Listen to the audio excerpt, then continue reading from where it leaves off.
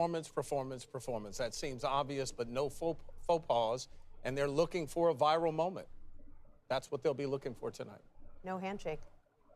No handshake, and there you have it. Governor Walz appears to be taking some notes. J.D. Vance doing the same as our colleagues. And they were shaking hands before the cameras came. That's right. Oh, okay. Well, we have the vice presidential debate coming up in a moment. It will be moderated by our own Nora O'Donnell and Margaret Brennan.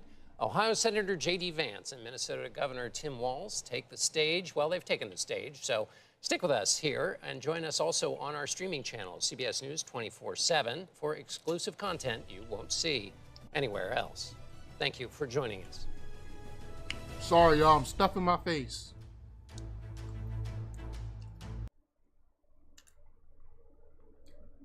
Turn on my camera here. Welcome, welcome, welcome. Getting ready for the big VP debate. Let me put this out really quick on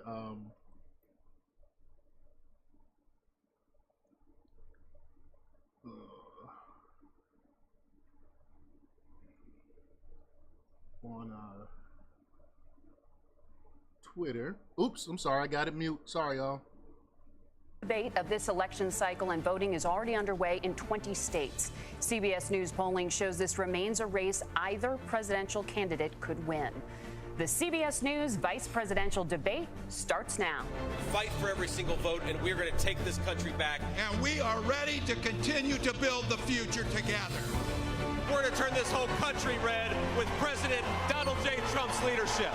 You know what's at the end of this little journey? Kamala Harris as the next president of the United States. I hope not. This is a CBS News special, live from CBS News headquarters in New York. America Decides, the vice presidential debate. What's up, Planet X? Good evening, I'm Nora O'Donnell, and thank you for joining us for tonight's CBS News Vice Presidential Debate. We want to welcome our viewers on CBS, on other networks here in the U.S. and around the world. We have a consequential night ahead, and our focus is the issues that matter to you, the voter.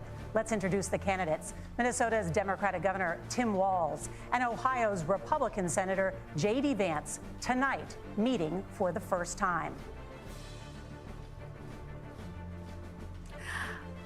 I'm Margaret Brennan. In order to have a thoughtful and civil debate, these are the rules that both campaigns have agreed to. Questions will be directed at one candidate, who will have 2 minutes to respond. The other candidate will be allowed 2 minutes for rebuttal. Then each candidate will get another minute to make further points, with an additional 1 minute each at the discretion of the moderator. The primary role of the moderators is to facilitate the debate between the candidates, enforce the rules, and provide the candidates with the opportunity to fact-check claims made by each other. CBS News reserves the right to mute the candidates' microphones to maintain decorum. We have not shared the questions or topics with the campaigns. The stage is set. Governor, Senator, thank you for joining us. Let's get started. Tonight, our country is facing several unfolding crises. The Middle East is on the brink of war. Americans are suffering from the catastrophic impact of Hurricane Helene. And now a labor strike as 25,000 dock workers from Maine to Texas are picketing. We're going to begin tonight with the Middle East. Margaret. Thank you, Nora. Earlier today, Iran launched its largest attack yet on Israel, but that attack failed, thanks to joint U.S. and Israeli defensive action. President Biden has deployed more than 40,000 U.S. military personnel and assets to that region over the past year to try to prevent a regional war. Iran is weakened, but the U.S. still considers it the largest state sponsor of terrorism in the world, and it has drastically reduced the time it would take to develop a nuclear weapon. It is down now to 1 or 2 weeks' time. Governor Walz, if you were the final voice in the Situation Room, would you support or oppose a preemptive strike by Israel on Iran? You have 2 minutes. Well, thank you, and thank you for those joining at home tonight. Let's keep in mind where this started. October 7th, Hamas terrorists massacred over 1,400 Israelis and took prisoners. Israel's ability to be able to defend itself is absolutely fundamental. Getting its hostages back, fundamental, and ending the humanitarian crisis in Gaza. But the expansion of Israel and its proxies is an absolute fundamental necessity for the United States to have the steady leadership there. You saw it experienced today, where along with our Israeli partners and our coalition, able to stop the incoming attack. But what's fundamental here is that steady leadership is going to matter. It's clear, and the world saw it on that debate stage a few weeks ago. A nearly 80-year-old Donald Trump talking about crowd sizes is not what we need in this moment. Wow. But it's not just that. It's those that were closest to Donald Trump that understand how dangerous he is when the world is this dangerous. His chief of staff, John Kelly, said that he was the most flawed human being he'd ever met. And both of his secretaries of defense and his national security advisors said he should be nowhere near the White House. Now, the These person are all closest globalists to that them, are pro-war. to Donald Trump, said he's unfit for the highest office. That was Senator Vance. What we've seen out of Vice President Harris is we've seen steady leadership. We've seen a calmness that is able to draw on the coalitions to bring them together. Understanding that our allies matter. When our allies see Donald Trump turn towards Vladimir Putin, turn towards North Korea, when we start to see that type of fickleness around holding the coalitions together, we will stay committed. And as the Vice President said today we will protect our forces and our allied forces, and there will be consequences. Governor, your time is up. Senator Vance, the same question.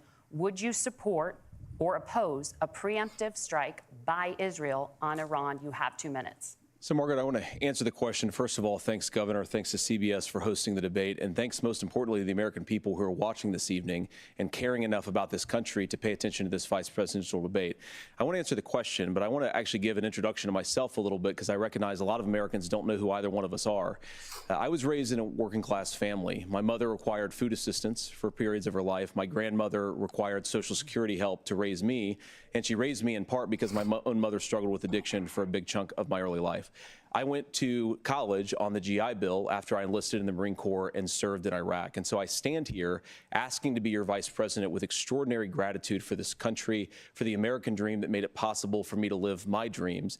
And most importantly, I know that a lot of you are worried about the chaos in the world and the feeling that the American dream is unattainable. I want to try to convince you tonight over the next 90 minutes that if we get better leadership in the White House, if we get Donald Trump back in the White House, the American dream is going to be attainable once again. Now, to answer this particular question, we have to remember that as much as Governor Walz just accused Donald Trump of being an agent of chaos, Donald Trump actually delivered stability in the world, and he did it by establishing effective deterrence. People were afraid of stepping out of line.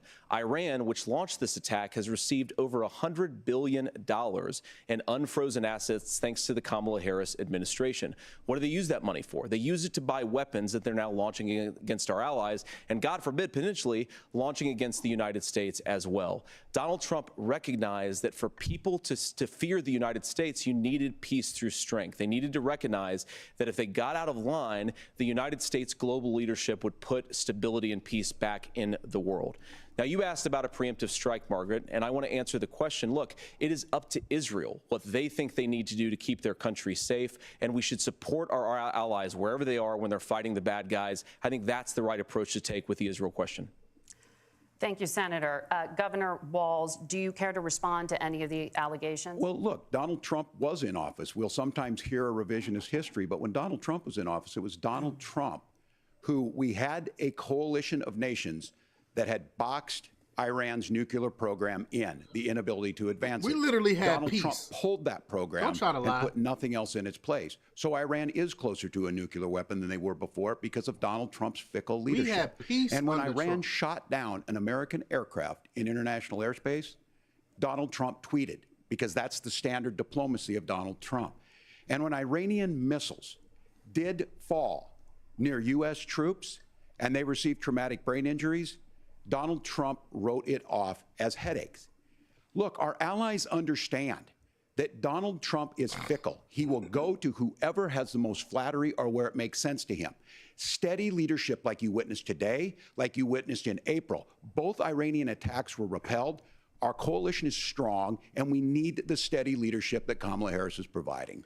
Senator Vance, the U.S. did have a diplomatic deal with Iran to temporarily pause parts of its nuclear program, and President Trump did exit that deal.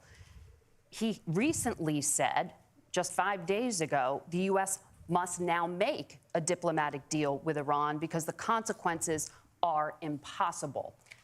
Did he make a mistake? You have 1 minute. Well, first of all, Margaret, diplomacy is not a dirty word, but I think that's something that Governor Walz just said is quite extraordinary. You yourself just said Iran is as close to a nuclear weapon today as they have ever been. And Governor Walz, you blame Donald Trump. Who has been the vice president for the last 3.5 years? And the answer is your running mate, not mine. Donald Trump consistently made the world more secure. Now, we talk about the sequence of events that led us to where we are right now, and you can't ignore October the 7th, which I appreciate Governor Walz bringing up. But when did Iran and Hamas and their proxies attack Israel? It was during the administration of Kamala Harris. So Governor Walz can criticize Donald Trump's tweets, but effective, smart diplomacy and peace through strength is how you bring stability back to a very broken world. Donald Trump has already done it once before. Ask yourself at home, when was the last time, I'm 40 years old, when was the last time that an American president didn't have a major conflict break out? The only answer is during the 4 years that Donald Trump was president. That's true. Gentlemen, we have a lot to get to. That is true. You can't argue that. Let's turn now to Hurricane Helene. The storm could become one of the deadliest on record. More than 160 people are dead and hundreds more are missing. Scientists say climate change makes these hurricanes larger, stronger, and more deadly because of the historic rainfall. Senator Vance, according to CBS News polling, 7 in 10 Americans and more than 60% of Republicans under the age of 45 favor the U.S. taking steps to try and reduce climate change.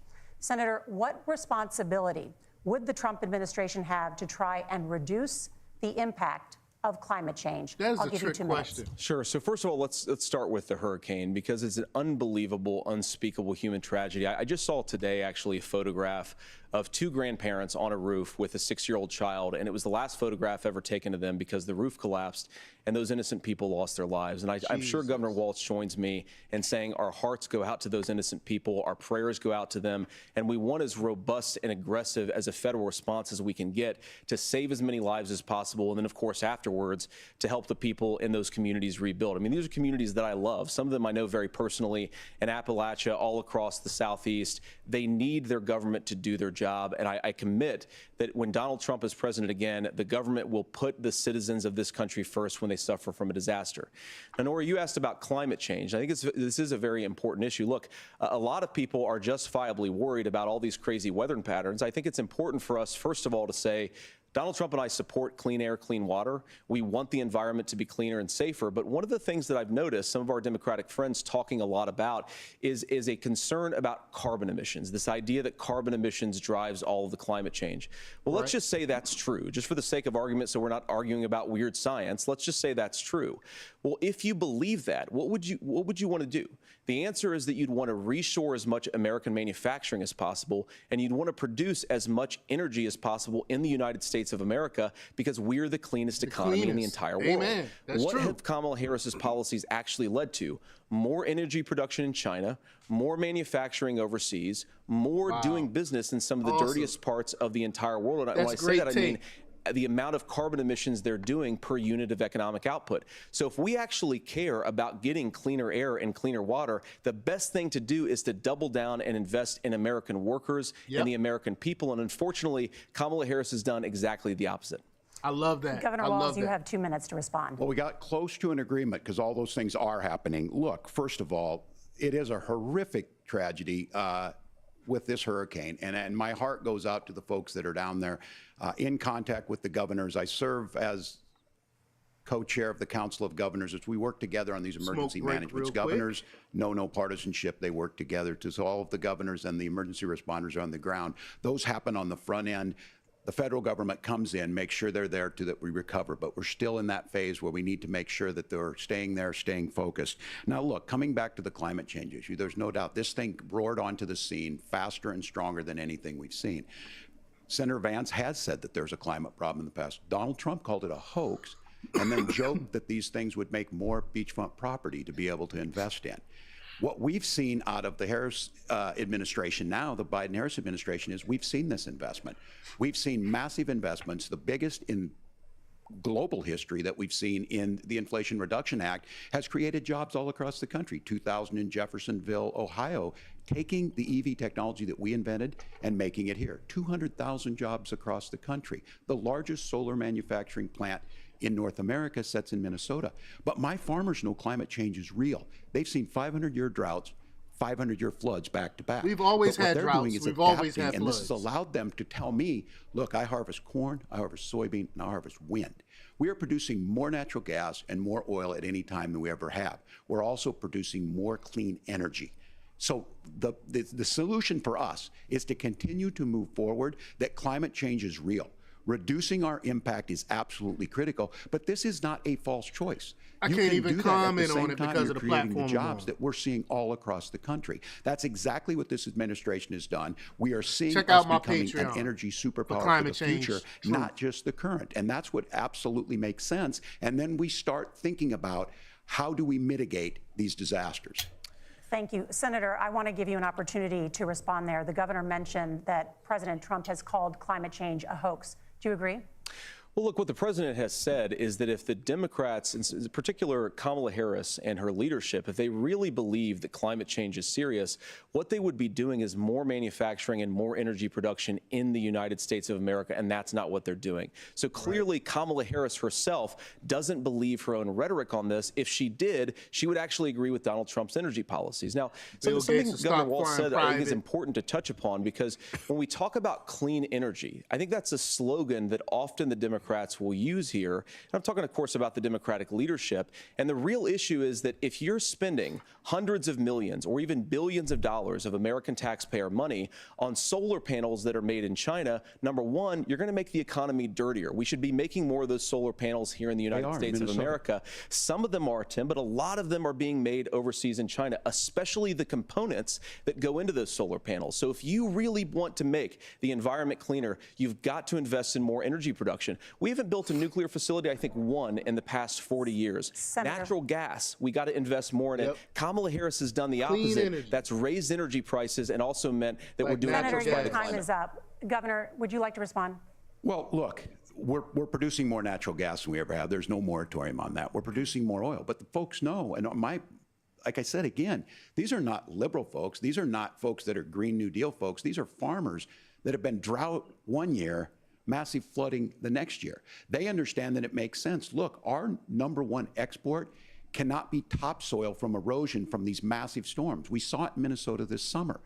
And thinking about how do we respond to that, we're thinking ahead on this. And what Kamala Harris has been able to do in Minnesota, we're starting to weatherproof some of these things. The infrastructure law that was passed allows us to think about mitigation in the future. How do we make sure that we're protecting by burying our power lines? How do we make sure that we're protecting lakefronts and things that we're seeing more and more of? But to call it a hoax and to take the oil company executives to Mar-a-Lago, say, give me money for my campaign and I'll let you do whatever you want.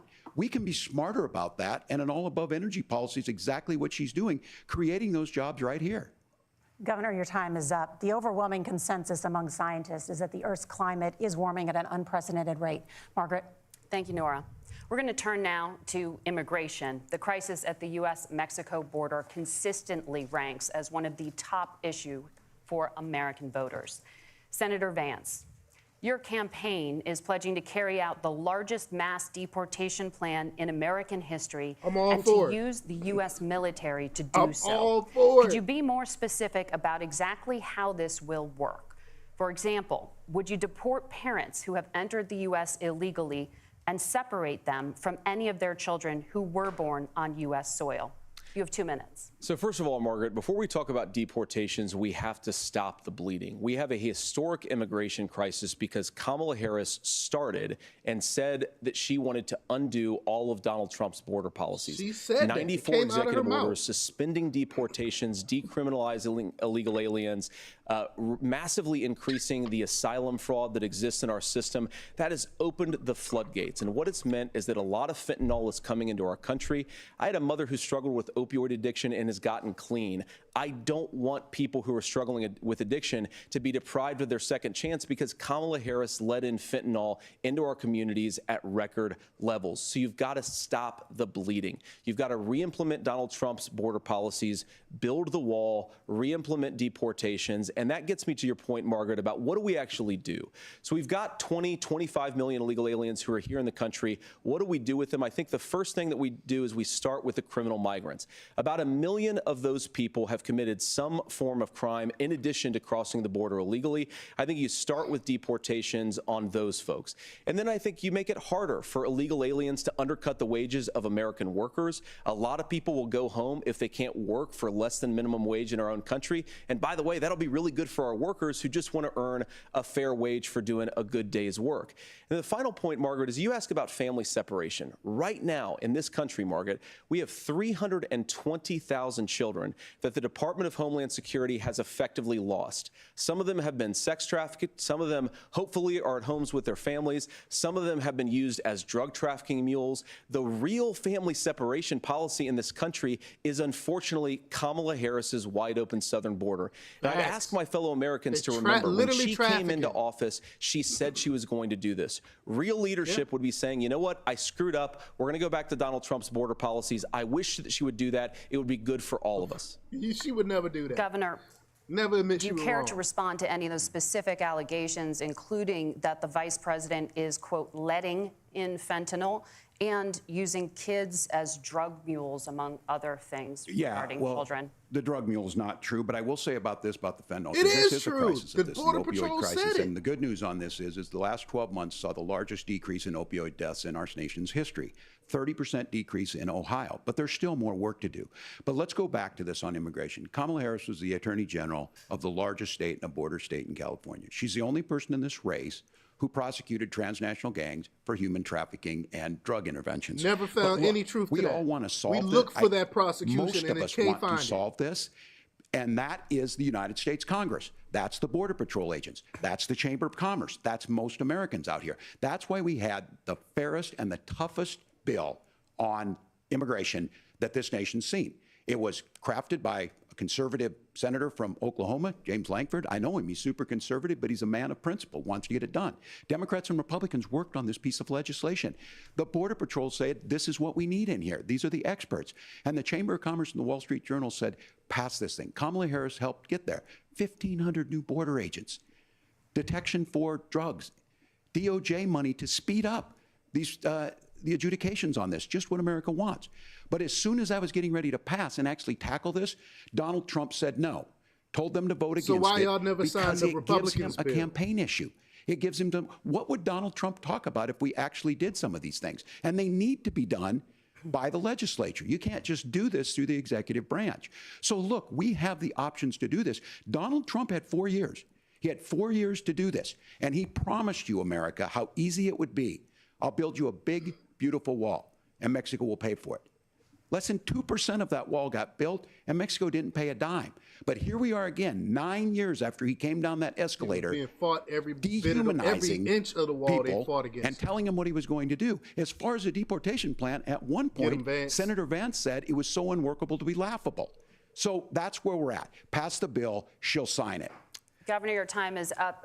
Senator, the question was, will you separate parents from their children, even if their kids are U.S. citizens? You have 1 minute. Margaret, my point is that we already have massive child separations thanks to Kamala Harris's open border. And I didn't accuse Kamala Harris of inviting drug mules. I said that she enabled the Mexican drug cartels to operate freely in this country. And we know that they use children as drug mules. And it is a disgrace, and it has to stop. Look, I think what Tim said just doesn't pass the smell test. For 3 years, Kamala Harris went out bragging that she was going to undo Donald Trump's border policy. She did exactly that. We had a record number of illegal crossings. We had a record number of fentanyl coming into our country.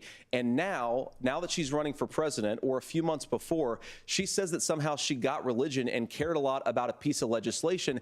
The only thing that she did when she became the vice president, when she became the appointed border czar, was to undo 94 Donald Trump executive actions that opened the border. Thanks. This problem is leading to massive problems in the United States of America. Parents who can't afford health care, schools that are overwhelmed. It's got to stop, and it will when Donald Trump is president again. Senator, your time is up. Governor, what about our CBS News polling, which does show that a majority of Americans, more than 50%, support mass deportations? Look, we fix this issue with a bill that is necessary, but the issue on this is what happens when you don't want to solve it.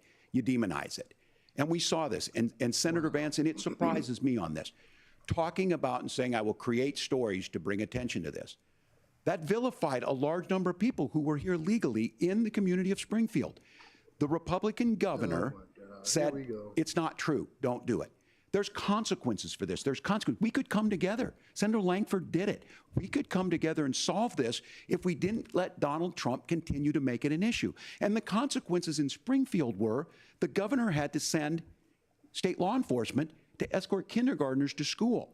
I believe Senator Vance wants to solve this, but by standing with Donald Trump and not working together to find a solution, it becomes a talking point. And when it becomes a talking point like this, we dehumanize and villainize other human beings. Wow. Tim, Governor, your time is up. Senator, I'll give you 1 minute, but let me just ask you the question first. The governor has made the point, and I think as a sitting lawmaker, you know that Congress controls the purse strings and any funding. So you have said repeatedly that Donald Trump would, through executive action, solve this. Do you disagree that Congress controls the purse strings and would need to support many of the changes that you would actually want to implement? You have 1 minute. Look, Margaret, first of all, the gross majority of what we need to do at the southern border is just empowering law enforcement to do their job. I've been to the southern border more than our borders are. Kamala Harris has been. And it's actually heartbreaking because the Border Patrol agents, they just want to be empowered to do their job. Of course, additional resources would help, but most of this is about the president and the vice president empowering our law enforcement to say, if you try to come across the border illegally, you've got to stay in Mexico, you've got to go back through proper channels. Now, Governor Walz brought up the community of Springfield, and he's very worried about the things that I've said in Springfield. Look, in Springfield, Ohio, and in communities all across this country, you've got schools that are overwhelmed, you've got hospitals that are overwhelmed, you've got housing that is totally unaffordable because we brought in millions of illegal immigrants to compete with Americans for scarce homes. The people that I'm most worried about in Springfield, Ohio, are the American citizens who have had their lives destroyed by Kamala Harris's open border. It is a disgrace, Tim, and I actually think, I agree with you. I think you want to solve this problem, but I don't think that Kamala Harris does. Senator, your time is up. Governor, you have 1 minute to respond. Yeah, well, it is law enforcement that asked for the bill. They helped craft it. They're the ones that supported it. That's because they know we need to do this. Look, this issue of continuing to bring this up, of not dealing with it, of blaming migrants for everything. On housing, we could talk a little bit about Wall Street speculators buying up housing and making them less affordable, but it becomes a blame. Look, this bill also gives the money necessary to adjudicate. I agree, it should not take 7 years for an asylum claim to be done. This bill gets it done in 90 days. Then you start to make a difference in this, and you start to adhere to what we know, American principles. I don't talk about my faith a lot, but Matthew 25:40 talks about, to the least amongst us you do unto me. I think that's true of most Americans. It also says you got to take care of your home first before you can go out and help other people. It's funded, it's supported by the people who do it, and it lets us keep our dignity about how we treat other people. Thank you, Governor. And just to clarify for our viewers, Springfield, Ohio does have a large number of Haitian migrants who have legal status, temporary protected status. Well, Margaret, but thank you, Senator. We have so much to get to. Margaret, I think it's important because we're going to turn out of the economy. Thank you, Margaret. The rules were that you guys weren't going to fact check, and since you're fact checking me, I think it's important to say what's actually going on. So there's an application called the CBP One app, where you can go on as an illegal migrant, apply for asylum or apply for parole, and be granted legal status at the wave of a Kamala Harris open border wand. That is not a person coming in, applying for a green card and waiting for 10 years. That is the facilitation of illegal immigration, Margaret, by Thank you, Senator, for describing the legal process. We have so much to get to, Senator. Those laws have been on the books since 1990. Thank you, gentlemen. The we CBP want to have One app has not been on the books. The app there was no apps in 1990. Gentlemen, there was the no audience app can't in hear you because your 1990. mics are cut. We have so much we want He to said get it's to. been Thank on you the for books since explaining the legal 1990. process. What? Not the app. Nora. Not Thank the you, app. Margaret. The economy is a top concern for voters. Each of your campaigns has released an economic plan, so let's talk about the specifics. Governor Walz, Vice President Harris unveiled a plan that includes billions in tax credits for manufacturing, housing, and a renewed child tax credit. The Wharton School says your proposals will increase the nation's deficit by $1.2 trillion. How would you pay for that without ballooning the deficit? Governor, I'll give you 2 minutes. Yeah, thank you. And Kamala Harris and I do believe in the middle class because that's where we come from. We both grew up in that. We understand. So those of you out there listening tonight, you're hearing a lot of stuff back and forth, and it's good. It's healthy. That's what this is supposed to happen. You should be listening. How's this going to impact me? The bold forward plan that Kamala Harris put out there is talking about this housing issue. The one thing is there's 3 million new houses proposed under this plan with down payment assistance on the front end to get you in a house. A house is much more than just an asset to be traded somewhere. It's foundational to where you're at. And then making sure that the things you buy every day, whether they be prescription drugs or other things, that there's fairness in that. Look, the $35 insulin is a good thing, but it costs $5 to make insulin. They were charging $800 before this law went into effect. As far as the housing goes, I've seen it in Minnesota. 12% more houses in Minneapolis, prices went down on rent 4%. It's working. And then making sure tax cuts go to the middle class. $6,000 child tax credit, we have one in Minnesota, reduces childhood poverty by 1/3. We save money in the long run, and we do the right thing for families. And then getting businesses off the ground. The law as it stands right now is $5,000 tax credit for small business, increasing that to $50,000. Now, this is a philosophical difference between us. Donald Trump made a promise, and I'll give you this, he kept it. He took folks to Mar-a-Lago, said, you're rich as hell, I'm gonna give you a tax cut. He gave the tax cuts that predominantly went to the top class. What happened there was an $8 trillion increase in the national debt, the largest ever. Now he's proposing a 20% consumption or sales tax on everything we bring in. Debt has nothing Everyone to do agrees, with taxes, including businesses, spending. it would be destabilizing it, it would increase inflation and potentially lead to a recession. What is he talking Look, about? this is simple for you. Where are we going? Kamala Harris has said to do the things she wants to do, we'll just ask the wealthiest to pay their fair share. When you do that, our system works best, more people are participating in it, and folks have the things that they need. Senator, I want to give you a moment to respond on that. But similarly, the Wharton School has done an analysis of the Trump plan and says it would increase the nation's deficit by $5.8 trillion. My question is the same for you. How do you pay for all that without ballooning the deficit? I'll give you 2 minutes. Well, first of all, you're going to hear a lot from Tim Walz this evening, and you just heard it in the answer, a lot of what Kamala Harris proposes to do. And some of it, I'll be honest with you, it even sounds pretty good. Here's what you won't hear, is that Kamala Harris has already done it. Because she's been the vice president for 3.5 years. She had the opportunity to enact all of these great policies, and what she's actually done instead is drive the cost of food higher by 25%, drive the cost of housing higher by about 60%, open the American southern border and make middle-class life unaffordable for a large number of Americans. If Kamala Harris has such great plans for how to address middle-class problems, then she ought to do them now. Not when asking for a promotion, but in the job the American people gave her 3.5 years ago. And the fact that she isn't tells you a lot about how much you can trust her actual plans. Now, Donald Trump's economic plan is not just a plan, but it's also a record. A lot of those same economists attack Donald Trump's plans, and they have PhDs, but they don't have common sense and they don't have wisdom. Because Donald Trump's economic policies delivered the highest take-home pay in a generation in this country, 1.5% inflation, and to boot, peace and security all over the world. So when people say that Donald Trump's economic plan doesn't make sense, I say look at the record. He delivered rising take-home pay for American workers. Now, Tim admirably admits that they want to undo the Trump tax cuts. But if you look at what was so different about Donald Trump's tax cuts, even from previous Republican tax cut plans, is that a lot of those resources went to giving more take-home pay to middle-class and working-class Americans. It was passed in 2017, and you saw an American economic boom unlike we've seen in a generation in this country. That is a record that I'm proud to run on, and we're going to get back to that common sense wisdom so that you can afford to live the American dream again. I know a lot of you are struggling. I know a lot of you are worried about paying the bills. It's going to stop when Donald Trump brings back common sense to this country. Governor, do you want to respond to that? What has Kamala Harris done for the middle class? Yeah, well, Kamala Harris's day one was Donald Trump's failure on COVID that led to the collapse of our economy. We were already before COVID in a manufacturing recession, but 10 million people out of work, largest percentage since the Great Depression. 9 million jobs closed on that. That was day one. Whether it was the Infrastructure Act or other things we moved. Now, you made a question about experts. The states I've made a note of this. If they're Economists locked down or not. can't be trusted. Science can't be trusted. National security folks can't be trusted. Look, if you're going to be president, you don't have all the answers. Donald Trump believes he does. My pro tip of the day is this. If you need heart surgery, listen to the people at the Mayo Clinic in Rochester, Minnesota, not Donald Trump. And the same thing goes with this. And I ask you out there, teachers, nurses, truck drivers, or whatever, how is it fair that you're paying your taxes every year and Donald Trump hasn't paid any federal tax in the last 15 years? And the last year as president. That's what's wrong with the system.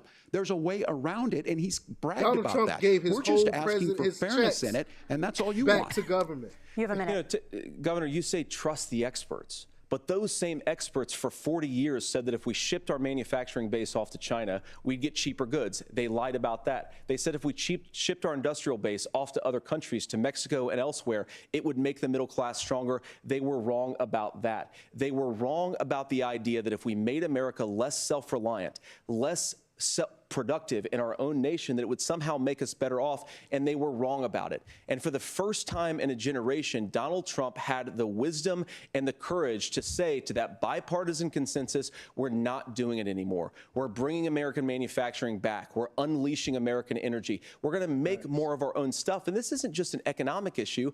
I mean, I've got 3 beautiful little kids at home, 7, 4, and 2, and I love them very much, and I hope they're in bed right now.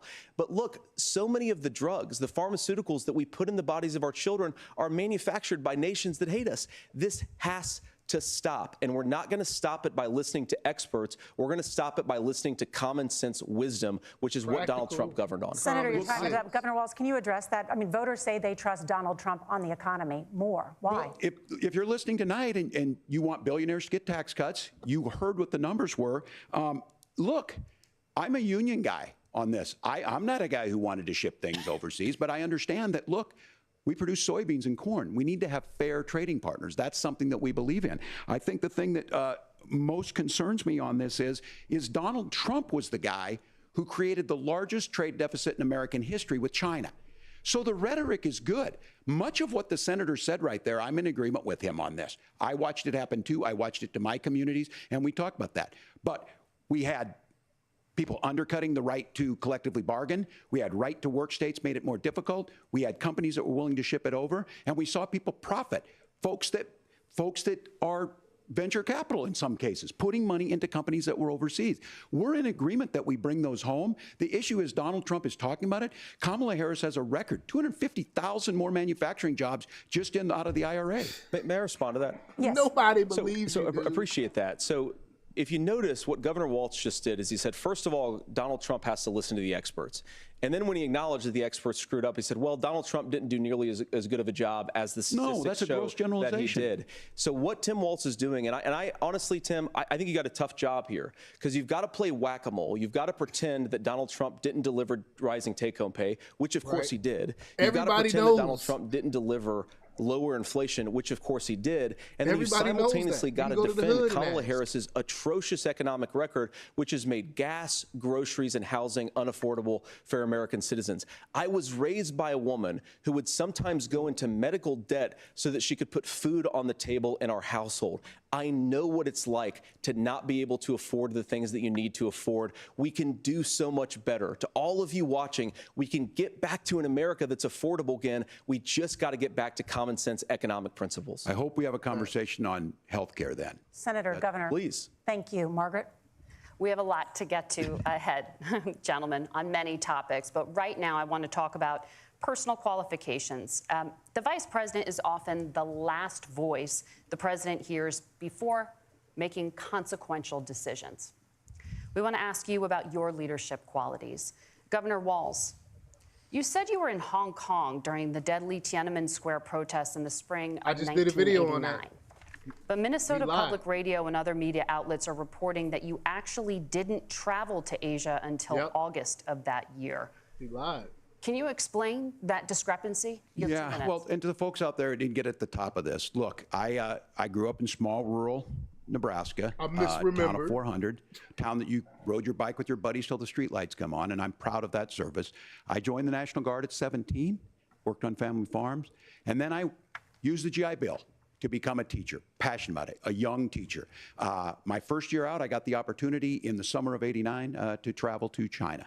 35 years ago, be able to do that. I came back home and then started a program to take young people there. We would take basketball teams, we would take baseball teams, we would take dancers, and we would go back and forth to China. The issue for that was to try and learn. Now look, my community knows who I am. They saw where I was at. Look, I will be the first to tell you, I have poured my heart into my community. I've tried to do the best I can, but I've not been perfect. And I'm a knucklehead at times, but it's always been about that. Those same people elected me to Congress for 12 years.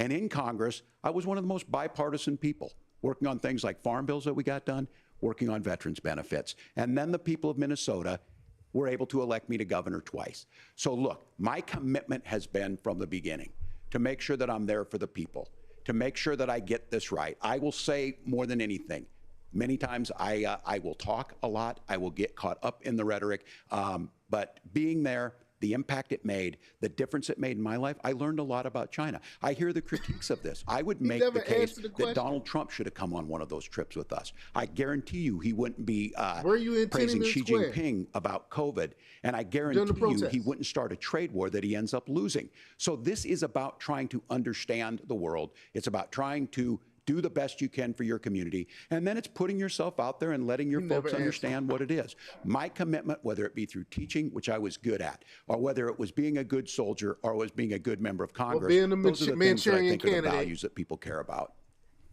Governor, just to follow up on that, the question was, can you explain the discrepancy? All I said on this was I got there that summer and misspoke on this. So I will just... How many times he keeps saying he misspoke? So I was. He lied about valor, lie about being in Tiananmen China Square during the democracy protest went in, and from that I learned a lot of what needed to be in governance. Oh my Thank you, God. Governor. How many Senator times Vance, has Vance said he in misspoke? 2016, you called your running mate Donald Trump unfit for the nation's highest office, and you said he could be America's Hitler. I know you've been asked many times, and you've said you regret those comments and explained you then voted for Donald Trump in 2020. But the Washington Post reported new messages last week in which you also disparaged Trump's economic record while he was president, writing to someone in 2020, quote, Trump thoroughly failed to deliver his economic populism. You're now his running mate, and you've shifted many of your policy stances to align with his. If you become vice president, why should Americans trust that you will give Donald Trump the advice he needs to hear and not just the advice he wants to hear? You have 2 minutes. Well, first of all, Margaret, because I've always been open. And sometimes, of course, I've disagreed with the president, but I've also been extremely open about the fact that I was wrong about Donald Trump. I was wrong, first of all, because I believed some of the media stories that turned out to be dishonest fabrications of his record.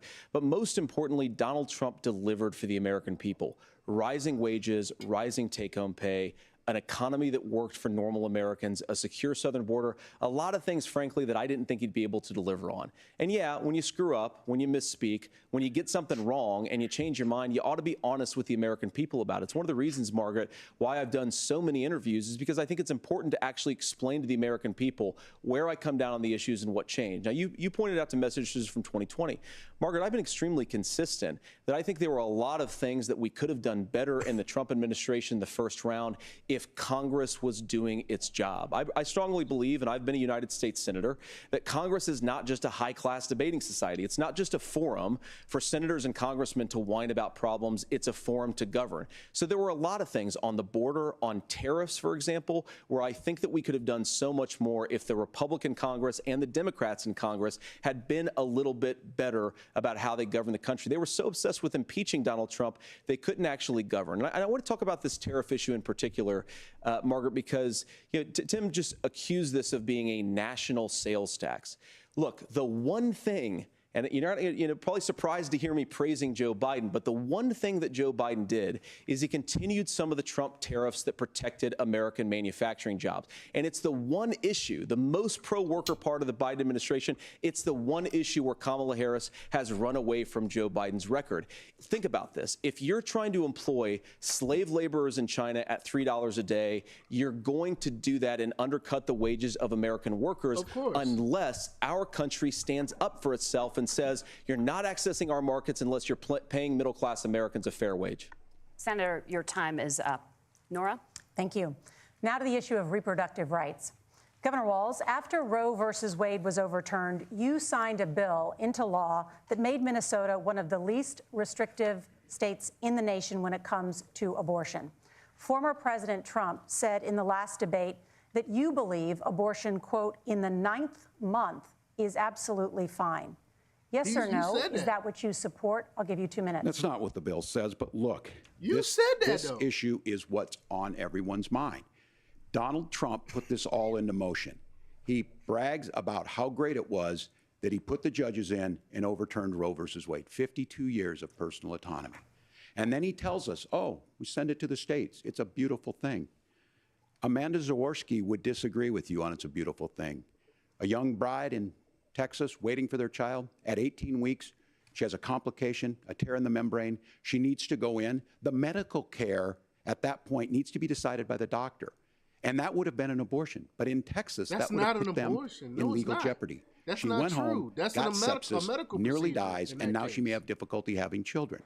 Or in Kentucky, Hadley Duvall, a 12-year-old child raped and impregnated by her stepfather. Those are horrific. Now, when God asked about that, Senator Vance said 2 wrongs don't make a right. There is no right in this. So in Minnesota, what we did was restore Roe versus Wade. We made sure that we put women in charge of their health care. But look, this is not where, if you don't know Amanda or a Hadley, you soon will. Their Project 2025 is going to have a registry of pregnancies. It's going to make it more difficult, if not impossible, to get contraception and limit access, if not eliminate access to infertility treatments. For so many of you out there listening, me included, infertility treatments are why I have a child. That's nobody else's business, but those things are being proposed. And the catch-all on this is, well, the states will decide what's right for Texas might not be right for Washington. That's not how this works. This is basic human right. We have seen maternal mortality skyrocket in Texas, outpacing many other countries in the world. This is about health care. In Minnesota, we are ranked first in health care for a reason. We trust women, we trust doctors. Senator, do you want to respond to the governor's claim? Will you create a federal pregnancy monitoring agency? No, Nora, certainly we won't. And I want to talk about this issue because I know a lot of Americans care about it, and I know a lot of Americans don't agree with everything that I've ever said on this topic. And, you know, I grew up in a working class family in a neighborhood where I knew a lot of young women who had unplanned pregnancies and decided to terminate those pregnancies because they feel like they didn't have any other options. And, you know, one of them is actually very dear to me. And I know she's watching tonight, and I love you. And she told me something a couple years ago that she felt like if she hadn't had that abortion, that it would have destroyed her life because she was in an abusive relationship. And I think that what I take from that as a Republican who proudly wants to protect innocent life in this country, who proudly wants to protect the vulnerable, is that my party, we've got to do so much better of a job at earning the American people's trust back on this issue where they frankly just don't trust us. And I think that's one of the things that Donald Trump and I are endeavoring to do.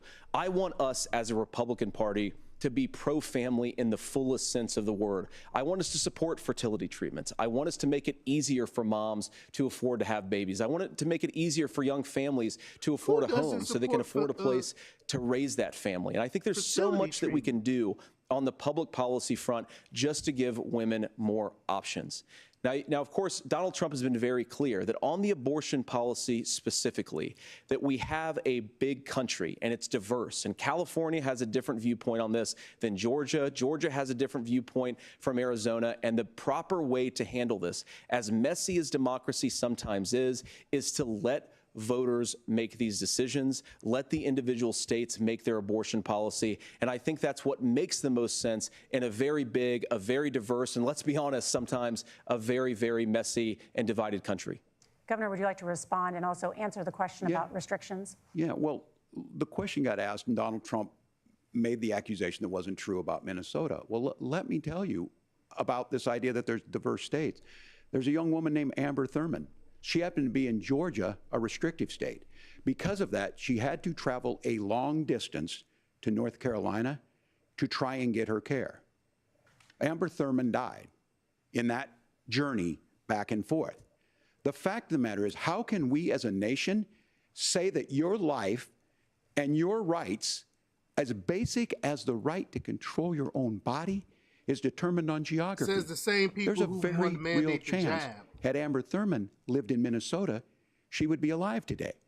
That's why the restoration of Roe versus Wade. When you listen to Vice President Harris talk about this subject and you hear me talk about it, you hear us talking exactly the same.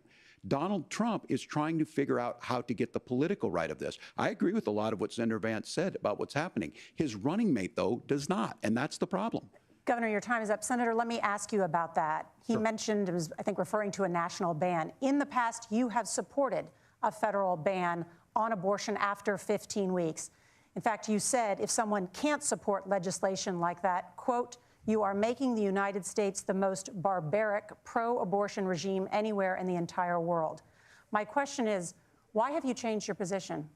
Well, Nora, first of all, I never supported a national ban. I did when I was running for Senate in 2022 talk about setting some minimum national standard. For example, we have a partial birth abortion ban in place in this country at the federal level. I don't think anybody's trying to get rid of that, or at least I hope not, though I know that Democrats have taken a very radical pro-abortion stance. But Nora, you know, one of the things that changed is in the state of Ohio, we had a referendum in 2023, and the people of Ohio voted overwhelmingly, by the way, against my position. And I think that what I learned from that, Nora, is that we've got to do a better job at winning back people's trust. So many young women would love to have families. So many young women also see an unplanned pregnancy as something that's going to destroy their livelihood, destroy their education, destroy their relationships. And we have got to earn people's trust back. And that's why Donald Trump and I are committed to pursuing pro-family policies, making child care more accessible, making fertility treatments more accessible, because we've got to do a better job at that. And that's what real leadership is. Governor, your response. I'm going to respond on the pro-abortion piece of that. No, we're not. We're pro-women. We're pro-freedom to make your own choice. Wow. We know what the implications are to not be that. Women having miscarriages, women not getting the care, physicians feeling like they may be prosecuted for providing that care. And as far as making sure that we're educating our children and giving them options, Minnesota's a state with one of the lowest teen pregnancy rates. We understand that too. We know that the options need to be available, and we make that true. We also make it, we're a top 3 state for the best place to raise children. But these two things, to try and say that we're pro-children, but we don't like this, or you guys are pro-abortion, that's not the case at all. We are pro-freedoms for women to make their choices, and we're going, and Kamala Harris is making the case, to make options for children more affordable, a $6,000 child tax credit, but we're not going to base that on the backs of making someone like Amber Thurman drive 600 miles to try and get health care. Senator. May I respond to that? First of all, Governor, I agree with you. Amber Thurman should still be alive, and there are a lot of people who should still be alive, and I certainly wish that she was. And maybe you're free to disagree with me on this and explain this to me, but as I read the Minnesota law that you signed into law, the statute that you signed into law, it says that a doctor who presides over an abortion where the baby survives, the doctor is under no obligation to provide life-saving care to a baby who survives a botched late-term abortion. That is, I think, whether you're pro-choice or pro-abortion, that is fundamentally barbaric. And that's why I use that word, Nora, is because some of what we've seen, do you want to force Catholic hospitals to perform abortions against their will? Because Kamala Harris has supported suing Catholic nuns to violate their freedom of conscience. We can be a big and diverse country where we respect people's freedom of conscience and make the country more pro-baby and pro-family. But please. Yes, Governor, please respond. Look, this is one where there's always something there. This is a very simple proposition. These are women's decisions to make about their healthcare decisions, and the physicians who know best when they need to do this. Trying to distort the way a law is written to try and make a point. That's not it at all. What was I wrong about, Governor? Please tell me, what was I wrong about? That is not the way the law is written. Look, I've given But how? I've given this advice on a lot of things, that getting involved, getting engaged, that's been misread, and it was fact-checked at the last debate. But the point on this is there's a continuation of these guys to try and tell women or to get involved. I use this line on this, just mind your own business on this. Things worked best when Roe versus Wade was in place. When we do a restoration of Roe, that works best. That doesn't preclude us from increasing funding for children. It doesn't increase us from making sure that once that child's born, like in Minnesota, they get meals, they get early childhood education, they get health care.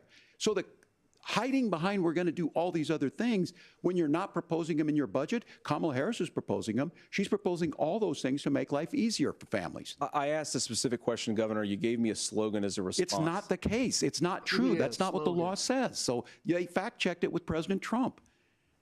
Gentlemen, there's a lot to discuss. We have to move on, and we're going to be right back with much more of the CBS News vice presidential debate in just a moment. About time he went on the offense, man. J.D. Vance is being too, I don't know, he's being too soft, man. He's like handling with like kid gloves. Take the gloves off and pull some punches, man. You know what I'm saying? JD, I mean, I don't know what he's doing. Why he's holding the punches. But let's see. We got a minute and 50 seconds. Or is that 150 seconds? Let me see. Let's see what's going on X. 1 second. Let's see what the streets say about the debate. If anyone in the streets even paying attention to the debate. Let's see.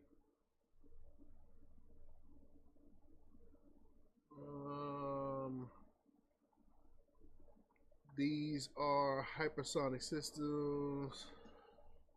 Wow, Iran military. What?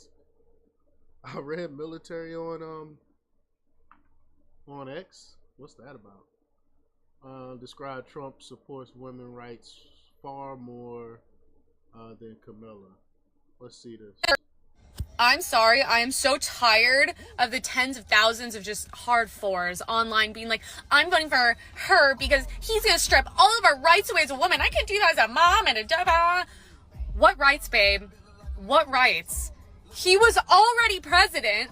And how many rights did you lose? 0. He's trying to protect women's rights. What do you think it is when we have men in women's sports? We have men in our personal spaces. What do you think it is when dangerous men come over the border? That's what protecting women and children is. Oh, he already said he's not going to do a nationwide abortion ban. He's not going to do it. If anything, it's going to be state by state the way it has been. And guess what? If a state, 90% of people in a state want something, I think that state should have it, even if I don't agree with it. If you don't like it, move to another state. It's very simple. Stop with the propaganda. This is why people make fun of women. Use your brain. Use your brain, babe.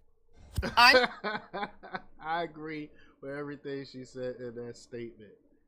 Oh man, we got about 30 seconds. Let me see if there's anything else here. Anyone talking about the debate right now? Let's see what's trending. Byron on Camilla inflation, criticism.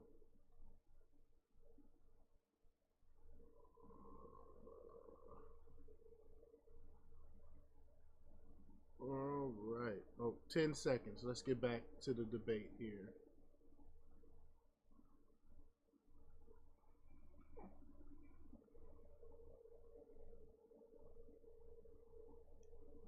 Seeing the Earth from space, it was so exhilarating. But the risks that come with the territory. There have been 4 fatal accidents. That's a 1% fatal accident rate. Might make you look before you launch. If you had 1 out of 100 airplanes falling out of the sky, we'd have a public crisis. Space tourism, now streaming on the free CBS News app. Superstar approaching, superstar approaching. Let's get your popcorn and get ready. Come on, Julia. Oh, no. I will if you.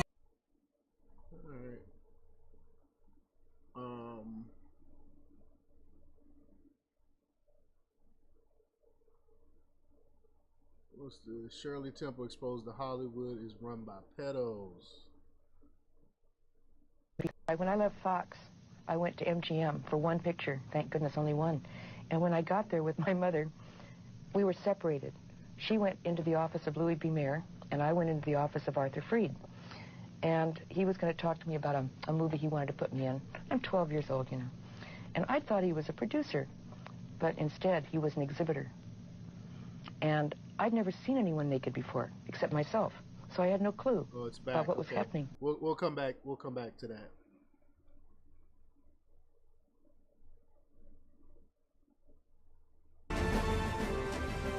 Welcome back to the CBS News Vice Presidential Debate. We want to turn now to America's gun violence epidemic. The leading cause of death for children and teens in America is by firearms.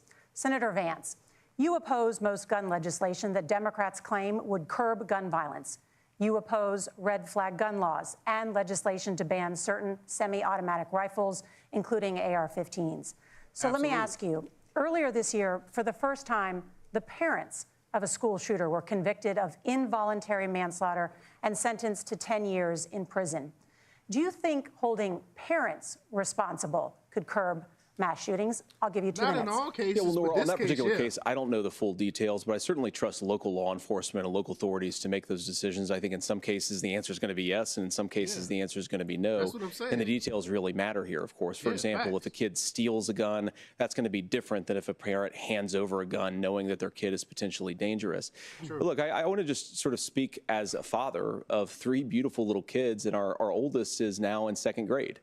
And like a lot of parents, we send our kids to school with such hope and such joy and such pride at their little faces on the first day of school. And we know, unfortunately, that a lot of kids are going to experience this terrible epidemic of gun violence. And of course, our hearts go out to the families that are affected by this terrible stuff. And we do have to do better. And I think that Governor Walz and I actually probably agree that we need to do better on this. The question is just, how do we actually do it? Now, here's something that really bothers me and worries me about this epidemic of violence. The gross majority, close to 90% in some of the statistics I've seen, of the gun violence in this country is committed with illegally obtained firearms. And while we're on that topic, we know that thanks to Kamala Harris's open border, we've seen a massive influx in the number of illegal guns run by the Mexican drug cartels. So that number, the amount of illegal guns in our country is higher today than it was 3.5 years ago. But what do we do about the schools? What do we do to protect our kids? And I think the answer is, and I say this not loving the answer, because I don't want my kids to go to school in a school that feels unsafe or where there are visible signs of security. But I unfortunately think that we have to increase security in our schools. We have to make the doors lock better. We have to make the doors stronger. We've got to make the windows stronger. And of course, we've got to increase school resource officers, because the idea that we can magically wave a wand and take guns out of the hands of bad guys, it just doesn't fit with recent experience. So we've got to make our schools safer. And I think we've got to have some common sense bipartisan solutions for how to do that. Governor, you have 2 minutes. Well, I think all the parents watching tonight, this is your biggest nightmare. Look, I got a 17-year-old, and he witnessed a shooting at a community center playing volleyball. Those things don't leave you. As a member of Congress, I sat in my office surrounded by dozens of the Sandy Hook parents, and they were looking at my 7-year-old picture on the wall. Their 7-year-old were dead, and they were asking us to do something. And look, I'm a hunter. I own firearms. The vice president is. We understand that the Second Amendment is there, but our first responsibility is to our kids to figure this out. In Minnesota, we've enacted enhanced red flag laws, enhanced background checks, and we can start to get data. But here's the problem. If we really want to solve this, we've got folks that won't allow research to be even done on gun violence. And this idea that we should just live with it, and here's what I do think, that this is a good start to the conversation. I 100% believe that Senator Vance hates it when these kids, it's abhorrent and it breaks your heart. I agree with that. But that's not far enough when we know there are things that worked. I've spent time in Finland and seen some Finnish schools. They don't have this happen, even though they have a high gun ownership rate in the country. There are reasonable things that we can do to make a difference. It's not infringing on your Second Amendment. And the idea to have some of these weapons out there, it just doesn't make any sense. Kamala Harris, as an attorney general, worked on this issue. She knows that it's there. No one's trying to scaremonger and say we're taking your guns, but I ask all of you out there, Do you want your schools hardened to look like a fort? Is that what we have to go? When we know one is saying we're gonna there's take countries your guns, around but the world we wanna take your that their guns. children aren't practicing these types of drills.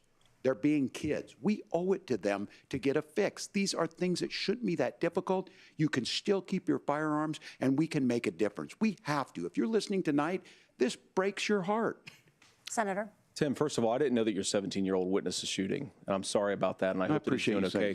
Christ have mercy. It is awful. And I appreciate what Tim said, actually, about Finland, because I do think it illustrates some of the frankly, weird differences between our own country's gun violence problem and Finland. Okay, first of all, we have way higher rates of mental health abuse, or mental health substance abuse. We have way higher rates of depression, way higher rates of anxiety. We unfortunately have a mental health crisis in this country that I really do think that we need to get to the root causes of, because I don't think it's the whole reason why we have such a bad gun violence problem, but I do think it's a big piece of it. Another driver of the gun violence epidemic, especially that affecting our kids, it doesn't earn as many headlines, but is the terrible gun violence problem in a lot of our big cities. And this is why we have to empower law enforcement to arrest the bad guys, put them away, and take gun offenders off the streets. I think there's a whole host of things that we can do here, but I do think at our schools we've got to talk about more security. Senator, thank you. Governor, you previously opposed an assault weapons ban, but only later in your political career did you change your position. Why? Yeah, I sat in that office with those Sandy Hook parents. I've become friends with school shooters. I've seen it. Look, the NRA, I was an NRA guy for a long time. They used to teach gun safety. I'm of an age where my shotgun was in my car so I could pheasant hunt after football practice. That's not where we live today. And several things I want to mention on this is, talking about cities and where it's at, the number one where the most firearm deaths happen in Minnesota are rural suicides. And we have an epidemic of children getting guns and shooting themselves. And so we have, and we should look at all of the issues. Making sure folks have health care and all that, but I want to be very careful. This idea of stigmatizing mental health, just because you have a mental health issue doesn't mean you're violent. And I think what we end up doing is we start looking for a scapegoat. Sometimes it just is the guns. It's just the guns. And there are things that you can do about it. But I do think that this is one, and I think this is a healthy conversation. I think there's a capacity to find solutions on this that work, protect Second Amendment, protect our children. That's our priority. Gentlemen, thank you. Margaret? Thank you, Nora. Let's turn now to the top contributor to inflation, the high cost of housing and rent. There's a shortage of more than 4 million homes in the United States, and that contributes to the high housing prices. Governor Walz, the Harris campaign promises a $25,000 down payment assistance for first-time home buyers and a $10,000 tax credit. They also promise to build 3 million new homes. Where are you building these homes, and won't handing out that kind of money just drive up prices higher? No, it's not handing out. We have, first, let me say this. This issue of housing, and I think those of you listening on this, the problem we've had is that we've got a lot of folks that see housing as another commodity. It can be bought up, it can be shifted, it can be moved around. Those are not folks living in those houses. Those of you listening tonight, that house is a big deal. I bought and owned one house in my life. My mom still lives in the house where I was. And when I think of a house, I'm thinking of Christmas services after midnight mass where you go with your family. We need to make it more affordable. And one of the things, as I said, this program that the Vice President is pushing forward and bringing a new way of approaching this is something we're doing in Minnesota from that lead. We in the state invested in making sure our housing was the biggest investment that we'd ever made in housing. It starts to make it easier. We cut some of the red tape. Local folks, look, we can't do it at the federal level, but local folks make it easier to build those homes. And then that down payment assistance. I can tell all of you out there, one of the, certainly for me, using the GI Bill was one thing, but a veteran's home loan, the big thing about a veteran's home loan is you don't have to pay the down payment. You're right about that. Those are things that make it there. Now, look, you're going to pay it back, and you're going to pay your mortgage. Those are things that we know in the long run, the appreciated value, the generational wealth that's created from it. And I will give Minneapolis an example. Minneapolis is the one city where we've seen the lowest inflation rates.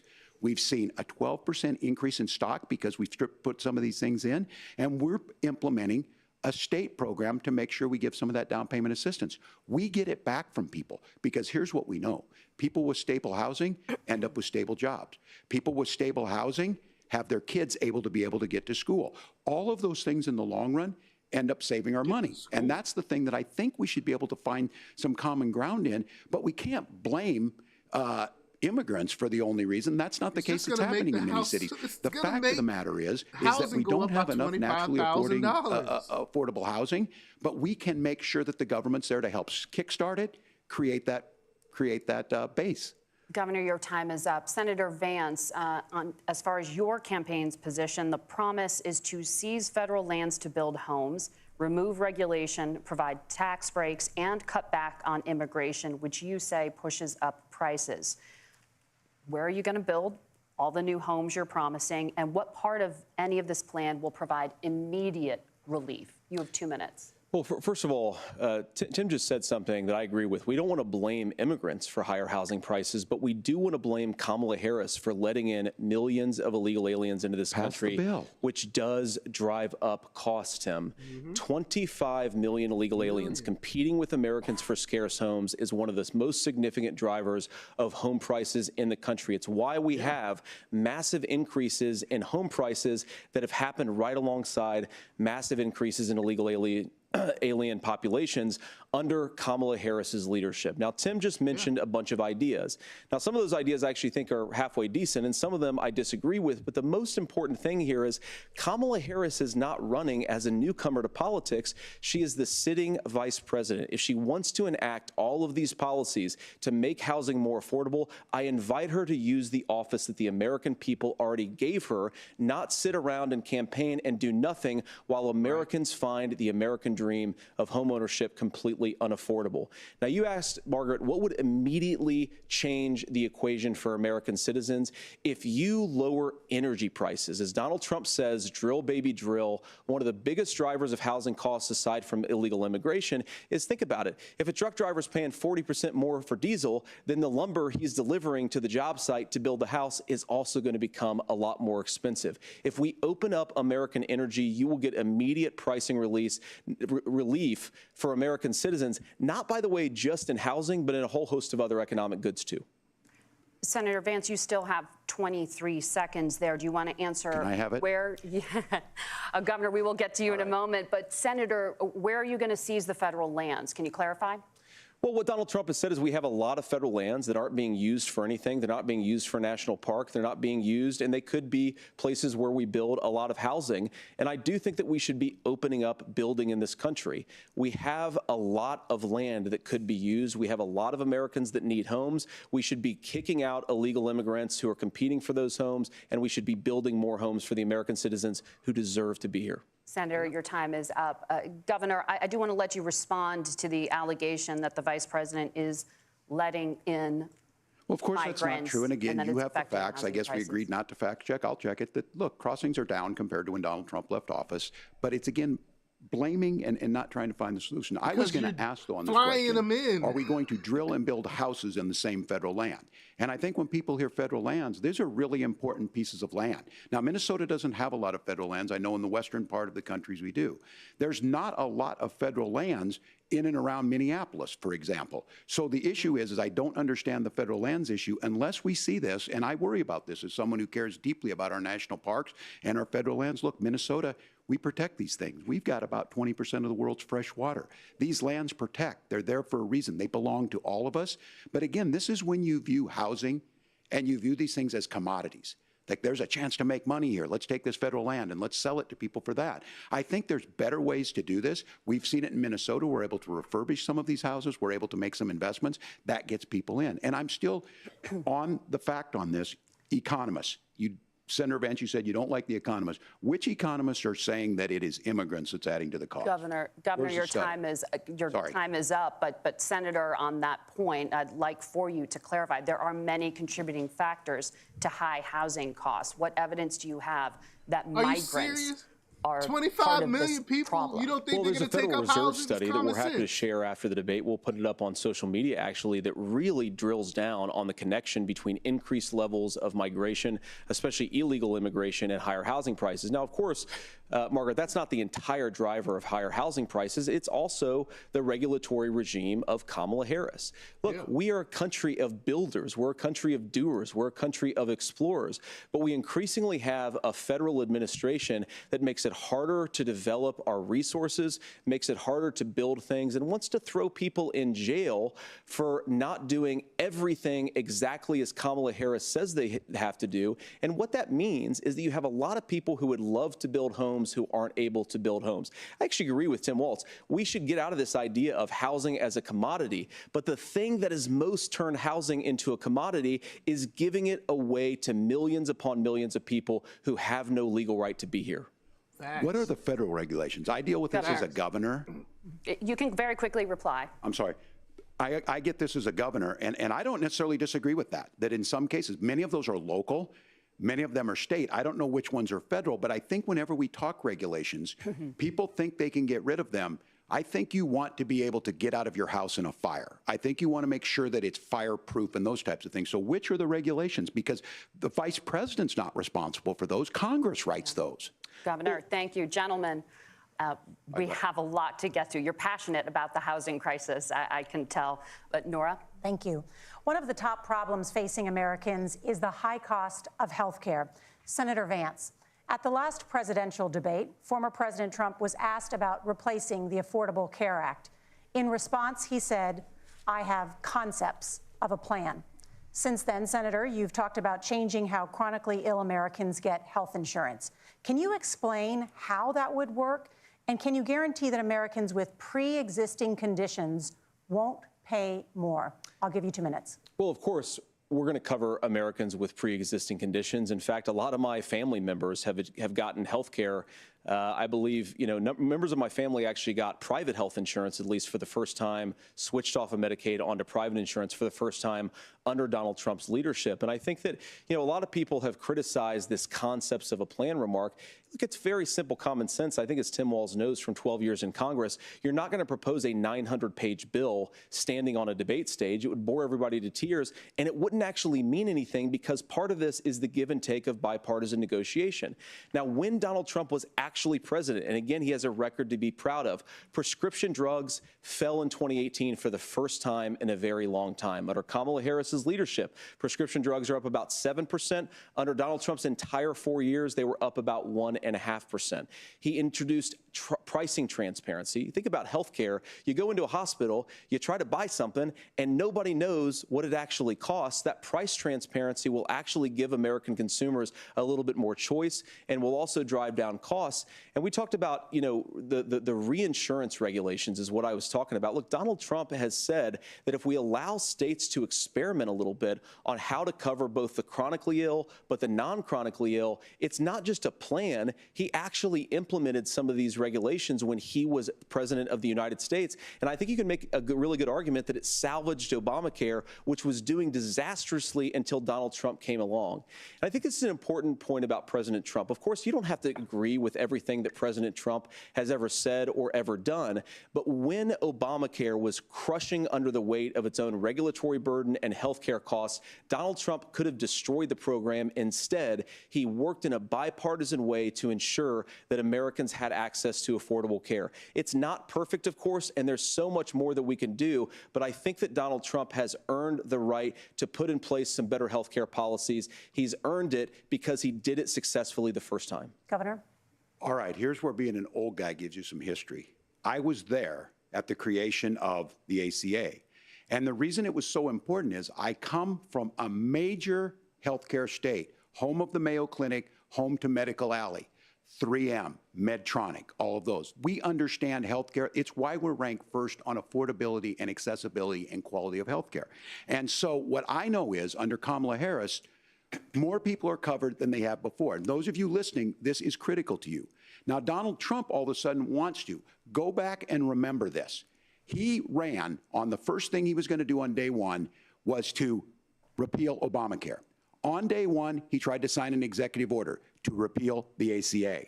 He signed on to a lawsuit to repeal the ACA, but lost at the Supreme Court. And he would have repealed the ACA had it not been for the courage of John McCain to save that bill. Now, fast forward, what that means to you is you lose your pre-existing conditions. If you're sitting at home and you got asthma, too bad. If you're a woman, probably not. Broke your foot during football, might kick you out. Your kids get kicked out when they're 26. Kamala Harris negotiated drug prices for the first time with Medicare. We have 10 drugs that will come online, the most common ones that'll be there. But look, this issue, and when Donald Trump said, I've got a concept of a plan, it cracked me up as a fourth grade teacher because my kids would have never given me that. But what Senator Vance just explained might be worse than a concept, because what he explained is pre-Obamacare. And I'll make this as simple as possible because I have done this for a long time. What they're saying is, if you're healthy, why should you be paying more? So what they're going to do is let insurance companies pick who they insure, because guess what happens? You pay your premium, it's not much. They figure they're not going to have to pay out to you. But those of you a little older, gray, got cancer, you're going to get kicked out of it. That's why the system didn't work. Kamala Harris will protect and enhance the ACA. Governor, thank you. Senator, you have not yet explained how you would protect people with pre-existing conditions or laid out that plan. Well, look, we currently have laws and regulations in place right now that protect people with pre-existing conditions. We want to keep those regulations in place, but we also want to make the health insurance marketplace function a little bit better. Now, what Governor Walz just said is actually not true. A lot of what happened, and the reason that Obamacare was crushing under its own weight, is that a lot of young and healthy people were leaving the exchanges. Donald Trump actually helped address that problem, and he did so in a way that preserved people's access to coverage who had pre-existing conditions. But again, something that these guys do is they make a lot of claims about if Donald Trump becomes president, all of these terrible consequences are going to ensue. But in reality, Donald Trump was president. Inflation was low. Take-home pay was higher. And he saved the very program from a Democratic administration that was collapsing and would have collapsed absent his leadership. He did his job, which is govern in a bipartisan way and get results, not just complain about problems, but actually solve them. Governor, did enrollment under the Affordable Care Act go up under the Trump administration? It's higher now that we've seen it go up. Look, people are using it. The system works. And the question about this of young people or whatever, that's the individual mandate piece of this. And Republicans fought tooth and nail saying, well, Americans should be free to do this. Well, then what happens is... So you think the individual mandate's a good idea? You shrink... I think the idea of making sure the risk pool is broad enough to cover everyone, that's the only way insurance works. When it doesn't, it collapses. You are asking pre-ACA where we get people out. Look, people know that they need to be on health care. People expect it to be there. And when we are able to make it, and we are making it this way, when we incentivize people to be in the market, when we help people who might not be able to afford it get there, and we make sure then when you get sick and old, it's there for you. Because I heard people say, well, I don't want to buy into Medicare or whatever. Good luck buying health care once you get past 70. So look, the ACA works. We can continue to do better. Kamala Harris did that. The way she made everything better was negotiating those 10 drugs on Medicare for the first time in American history. Thank you. Margaret, I apologize. We're out of time. We have a number of subjects to discuss. Margaret, let's talk about families in America. There is a child care crisis in this country, and the United States is one of the very few developed countries in the world without a national paid leave program for new parents. Governor Walz, you've said that if Democrats win both the White House and Congress, this is a day one priority for you. How long should employers be required to pay workers while they are home taking care of their newborns? You have 2 minutes. Why are they not doing it now? That's negotiable, and that's what Congress worked. But here's what the deal is. Americans sitting out there right now, you may work for a big company. Look, we're home in Minnesota to some of the largest Fortune 500 companies. Kamala Harris knows that in California. Those companies provide paid family and medical leave. One is, I think they're moral and they think it's a good thing, but it also keeps their employees healthy. We in Minnesota passed a paid family and medical leave. You have a child, and I had to go back to work 5 days after my kids were born. This allows you to stay home a certain amount of time. What we know is that gets the child off to a better start, the family works better, we stay in their employers, we get more consistency in that. So Kamala Harris has made it a priority. We implemented it in Minnesota and we see growth. That's how you become a pro-business state. But the negotiations on it, and here's the issue, those big companies are able to offer it. Those of you out there who don't have it, just imagine what happens if you get cancer or your child gets sick. We know what happens. You end up staying home. In some places, that means no paycheck because you've got no protection on that. This is the case of an economy that Donald Trump has set for the wealthiest amongst us. He's willing to give those tax breaks to the wealthiest. He's willing to say, Like, bust it's those not unions on the up, top do of whatever. people's What we're saying priority is right the now. economy works best when it works for all of us. And so a open paid borders are family the medical top leave things program, and people I are will worried tell you, about go right now. to the families or go to the businesses and ask them. As far as childcare on this, you have to take it at both the supply and the demand side. You can't expect the most important people in our lives to take either our children or our parents to get paid the least amount of money. And we have to make it easier for folks to be able to get into that business and then to make sure that folks are able to pay for that. We were able to do it in Minnesota, and I'm still telling you this. Yeah, we were that's listed true, as the best state. We're still in crisis on this. A federal program of both paid parents family gotta medical work. leave and help with this will enhance our workforce, enhance our families, and make it easier to have the children that you want. Governor, your time is up. Senator, do you support a national paid leave program? And if so, for how long should employers be mandated to pay their employees while they are home taking care of their newborn? You have 2 minutes. Yeah, well, first of all, Margaret, a number of my Republican colleagues and some Democrats, too, have worked on this issue. And I think there is a bipartisan solution here because a lot of us care about this issue. I mean, look, I speak from this very personally because I'm married to a beautiful woman who is an incredible mother to our 3 beautiful kids, but is also a very, very brilliant corporate litigator. And I'm so proud of her. But being a working mom, even for somebody with all of the advantages of my wife, is extraordinarily difficult. And it's not just difficult from a policy perspective. She actually had access to paid family leave because she worked for a bigger company. But the cultural pressure on young families and especially young women, I think makes it really hard for people to choose the family model they want. A lot of young women would like to go back to work immediately. Some would like to spend a little time home with the kids. Some would like to spend longer at home with the kids. We should have a family care model that makes choice possible. And I think this is a very important substantive difference between Donald Trump and Kamala Harris's approach. I mean, look, if you look at the federal programs that we have that support paid family leave right now, the Community Development Block Grant, and there's another block grant program that spends a lot of money from the federal government.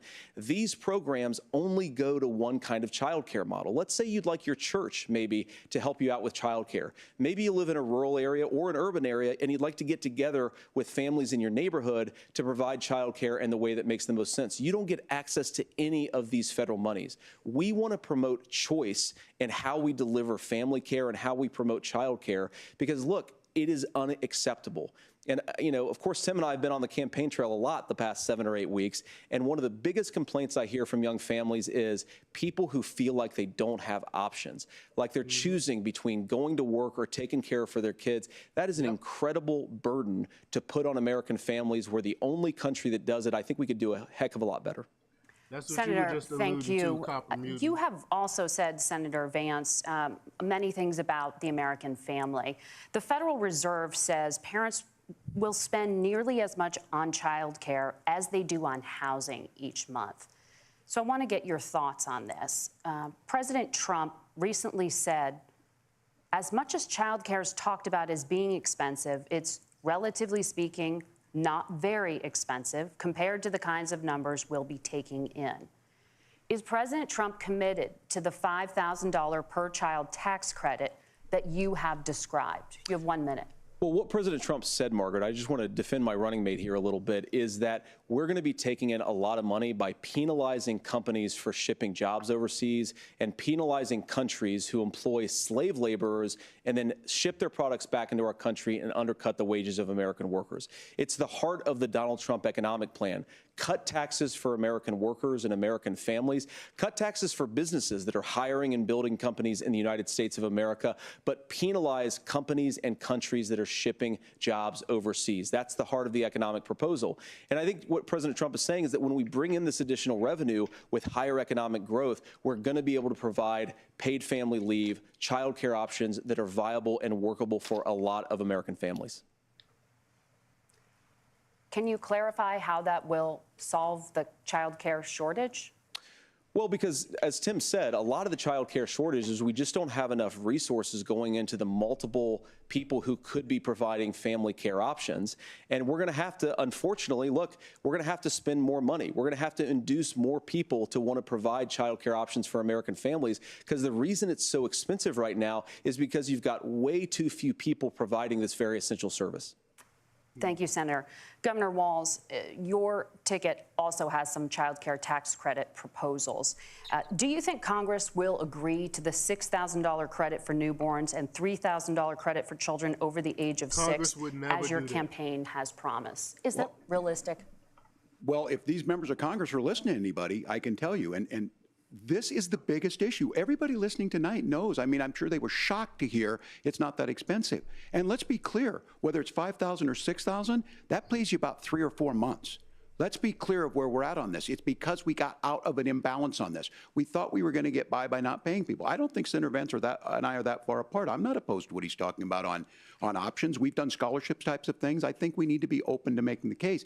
But the issue here is, the question you asked is, you're not going to pay for it with these tariffs. That's just adding another $4,000 on the family and taking less. So not only do they not get the money to pay for that, they're $4,000 in the hole. That's Wharton School. That's his alma mater. And so I think the issue here is, those members of Congress, I can't believe they're not. When I go to businesses, sure, they'll talk about taxes sometime, but they will lead with childcare and they will lead with housing, because we know the problem is, especially in a state like Minnesota, we need more workers because our economy's growing, but we need the workforce.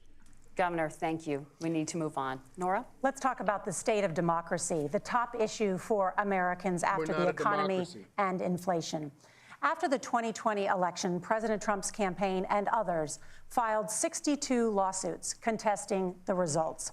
Judges, including those appointed by President Trump and other Republican presidents, looked at the evidence and said there was no widespread fraud. The governors of every state in the nation, Republicans and Democrats, certified the 2020 election results and sent a legal slate of electors to Congress for January 6th. Senator Vance, you have said you would not have certified the last presidential election and would have asked the states to submit alternative electors. All you gotta that do has is been look at called Georgia. unconstitutional and illegal. Look at Georgia. Would you Look at what again happened seek in to Georgia. challenge this year's election results, even if every governor certifies the results? I'll give you 2 minutes. Well, Nora, first of all, I think that we're focused on the future. We need to figure out how to solve the inflation crisis caused by Kamala Harris's policies, make housing affordable, make groceries affordable, and that's what we're focused on. But I want to answer your question because you did ask it. Look, what President Trump has said is that there were problems in 2020, and my own belief is that we should fight about those issues, debate those issues peacefully in the public square, and that's all I've said, and that's all that Donald Trump has said. Remember, he said that on January the 6th, the protesters ought to protest peacefully. And on January the 20th, what happened? Joe Biden became the president, Donald Trump left the White House, and now, of course, unfortunately, we have all of the negative policies that have come from the Harris-Biden administration.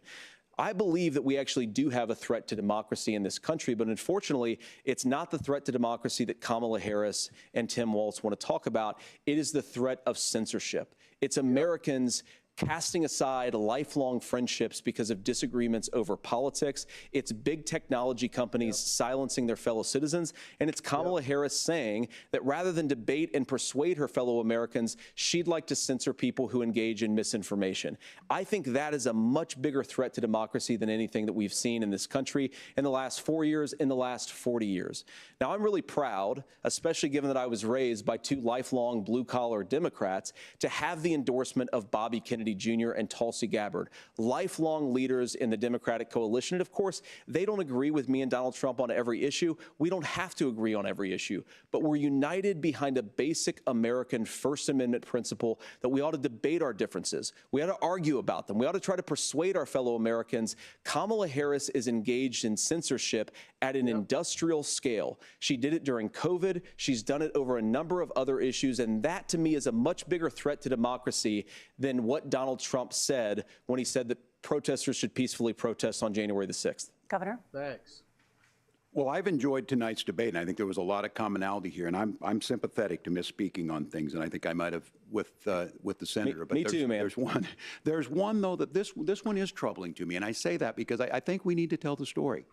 Donald Trump refused to acknowledge this, and the fact is that I don't think we can be the frog in the pot and let the boiling water go up. He was very clear. I mean, he lost this election, and he said he didn't.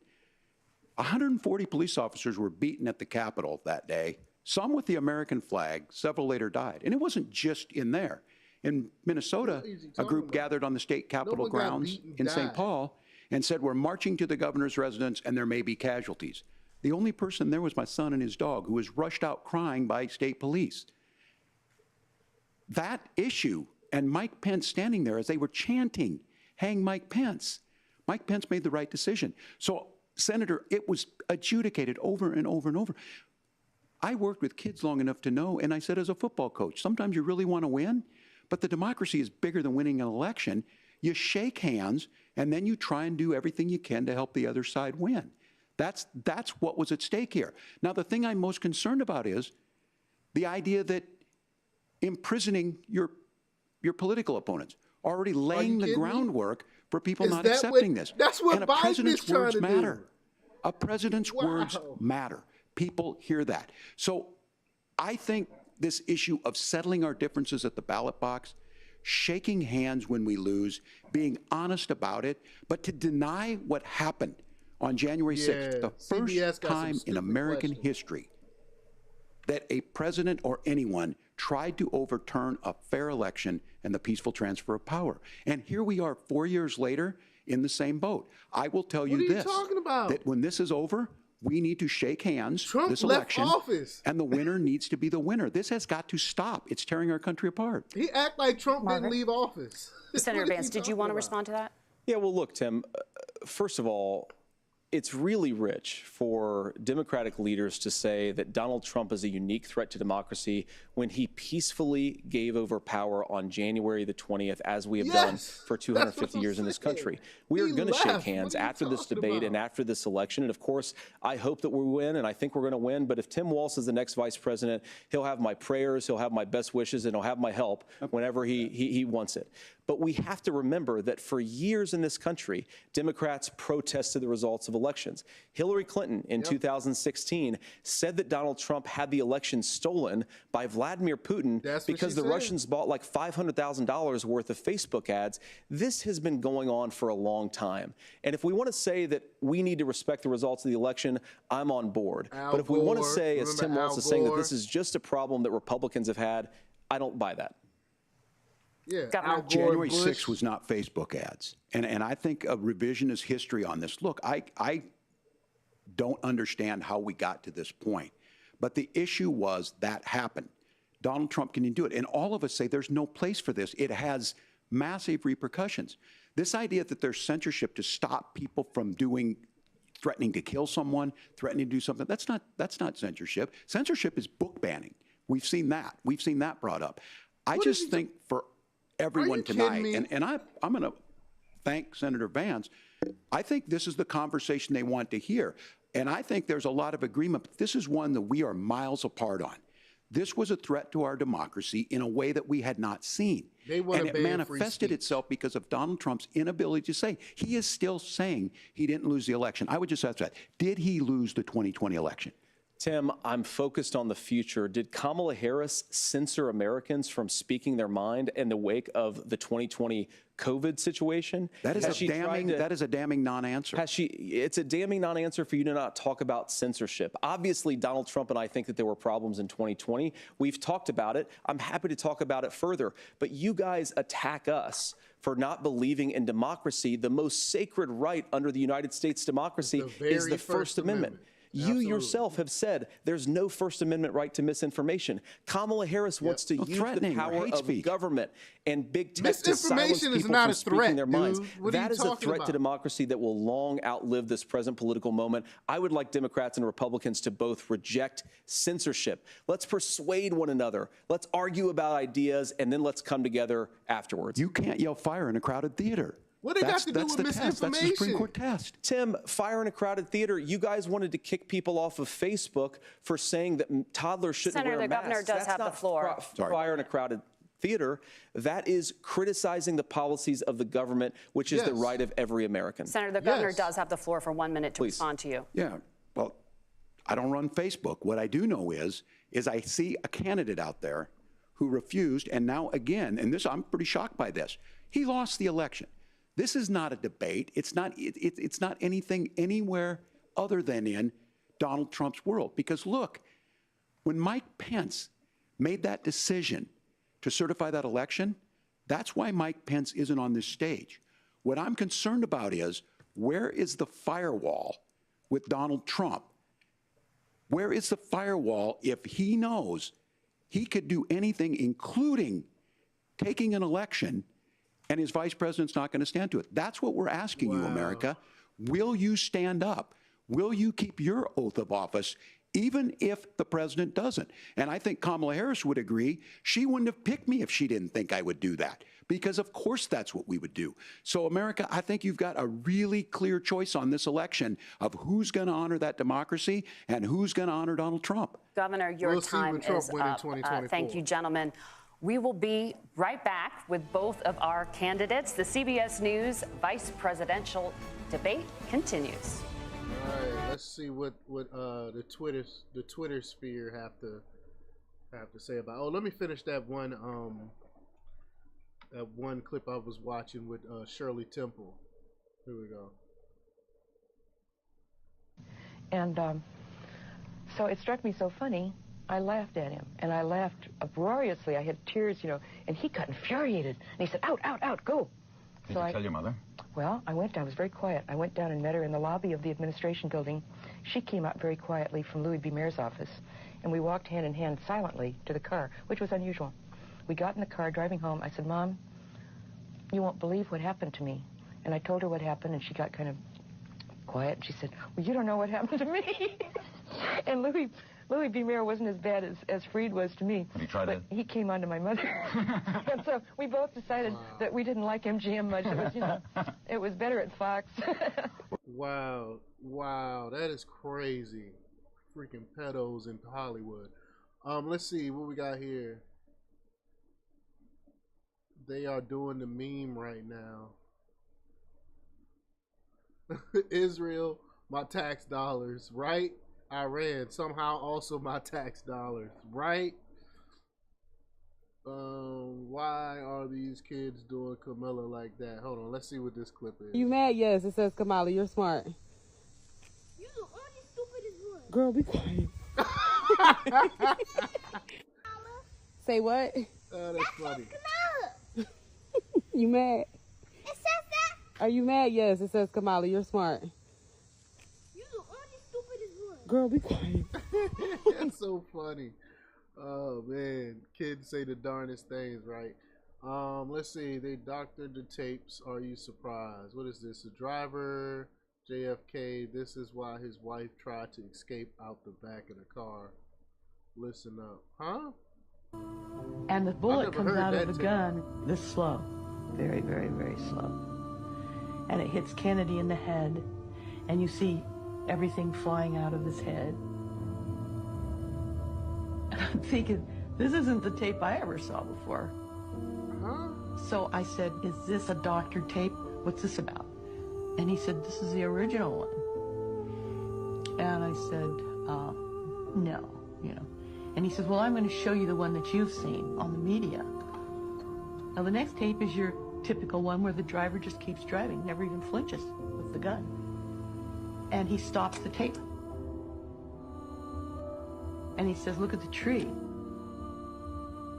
And there's the top of a tree growing in air. And he says, "This is the one that you're seeing on the media. And it's been doctored." He looked very, very intently at me and he said, "Nothing is as it appears to be." What? I haven't heard that take. The driver did it. I don't know about that one.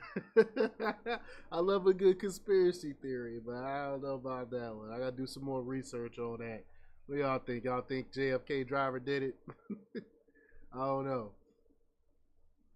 Let's see. Do they really expect us to believe that this is the same person? Yeah, he lost weight. Oh no, the nose do look different. The nose does look different. The eyes look different. Look more like an alien on the left.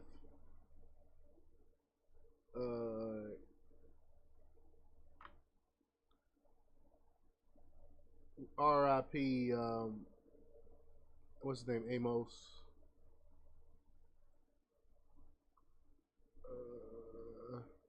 Be honest. Who's winning the debate right now? Let's see what people are saying.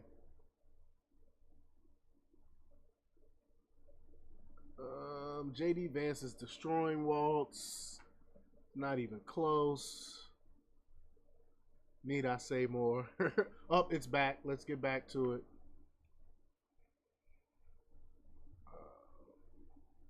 Statement. Senator Vance won the virtual coin toss and elected to go last. So, Governor Walz, you are first. You have 2 minutes. Well, thank you, Senator Vance. Thank you to CBS News. And most importantly, thank you to all of you. If you're still up and the folks who miss Dancing with Our Stars, I appreciate it. But look, the support of the democracy matters. It matters that you're here.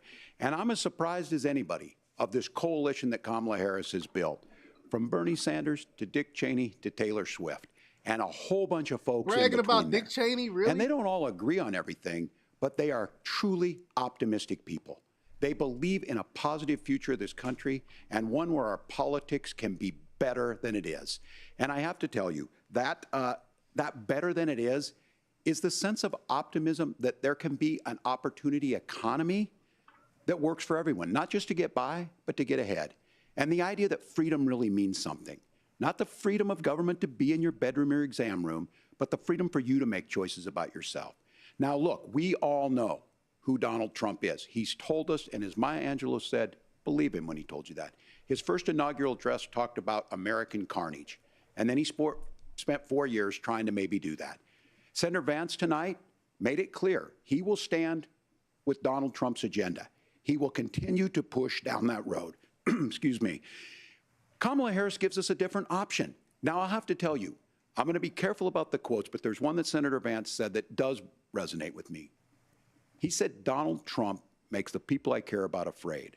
A lot of America feels that way. We don't need to be afraid.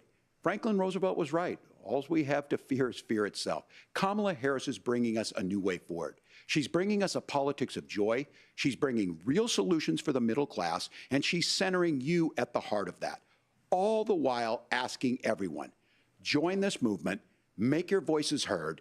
Let's look for a new day where everybody gets that opportunity and everybody gets a chance to thrive. I humbly ask for your vote on November 5th for Kamala Harris. Governor Walz, thank you. pass, bro. Senator Vance, your closing statement. Well, I want to thank Governor Walz, you folks at CBS, and of course the American people for tuning in this evening. And one of the issues we didn't talk about was energy. And I remember when I was being raised by my grandmother, when she didn't have enough money to turn on the heat some nights because Ohio gets pretty cold at night and because money was often very tight. And I believe, as a person who wants to be your next vice president, that we are a rich and prosperous enough country where every American, whether they're rich or poor, ought to be able to turn on their heat in the middle of a cold winter night. That's gotten more difficult thanks to Kamala Harris's energy policies. I believe that whether you're rich or poor, you ought to be able to afford a nice meal for your family. That's gotten harder because of Kamala Harris's policies. I believe that whether you're rich or poor, you ought to be able to afford to buy a house. You ought to be able to live in safe neighborhoods. You ought to not have your communities flooded with fentanyl. And that, too, has gotten harder with because of Kamala Harris's policies. Now, I've been in politics long enough to do what Kamala Harris does when she stands before the American people and says that on day one, she's going to work on all these challenges I just listed. She's been the vice president for 3.5 years. Day one was 1,400 days ago, and her policies have made these problems worse. Thanks. Now, I believe that we have the most beautiful country in the world. I meet people on the campaign trail who can't afford food, but have the grace and generosity to ask me how I'm doing and to tell me they're praying for my family. What that has taught me is that we have the greatest country, the most beautiful country, the most incredible people anywhere in the world. But they're not going to be able to achieve their full dreams with the broken leadership that we have in Washington. They're not going to be able to live their American dream if we do the same thing that we've been doing for the last 3.5 years. We need change. We need a new direction. We need a president who has already done this once before and did it well. Please vote for Donald Trump. And whether you vote for me or vote for Tim Walz, I just want to say I'm so proud to be doing this, and I'm rooting for you. God bless you, and good night. Senator Vance, thank you. And thank you both for participating in the only vice presidential debate of this election cycle. I'm Margaret Brennan. And I'm Nora O'Donnell. And a reminder, there are just 35 days until Election Day. Please get out and vote. And for all of us here at CBS News, thank you and good night.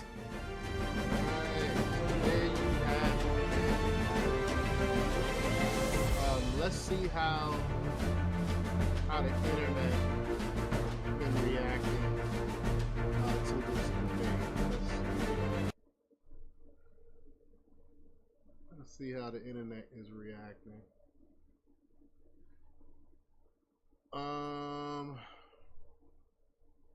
CBS is a disgrace to journalism. JD Vance is debating 3 tampons at the same time. That's pretty funny. And accurate, and he's winning. Vance blue eyes are winning the debate. Walz wants to gaze into them all night long. Oh, that's funny. That's funny.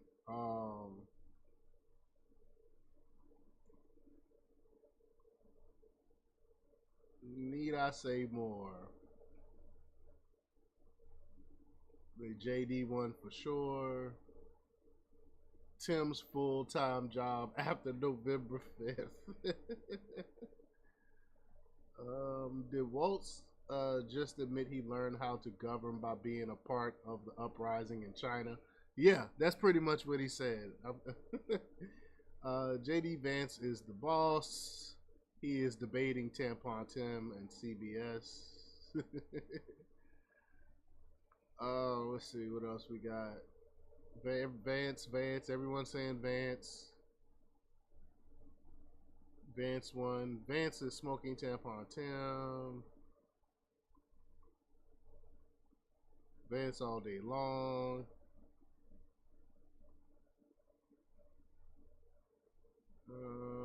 Hands down, Vance nailed it. Let's see any more sentiment on online. What's the sentiment? What do we got here? Talk about the ambush.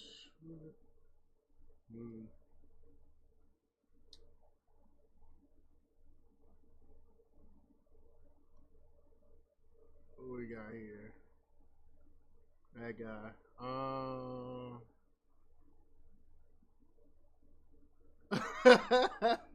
Look at President Trump tweeted. Trump Vance 24, not friends with school shooters. Yeah, because Walz slipped up and said that he was friends with he was, how did he say it? I can't remember exactly how he said it. I think he said like I'm cool with school shooters, or I'm friends with school shooters. He said something to that effect. And Trump tweeted that right after he said that. Not friends with school shooters. That is hilarious. Oh man. Trump is a comedian. Trump is a comedian.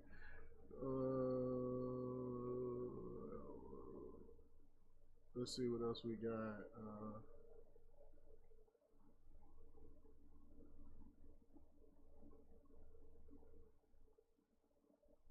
What is this? Waking up October 1st. That's cute. Camilla used fake photos of her family. Yeah, we all know that. Libs of TikTok said, Tim Walz just lost the election. There's no recovering from this fumble. Wow, this is bad. Which one is this one? Is this the one where he said he's friends with to Asia until August? Governor Walz, you said you were in Hong Kong during the deadly Tiananmen Square protests in the spring of 1989. But Minnesota Public Radio and other media outlets are reporting that you actually didn't travel to Asia until August of that year. Can you explain that discrepancy? Well, I misspoke. Well, he never answered it the first go around. She had to circle back around and ask him. Bro knew something wasn't right. What is this? Hold on.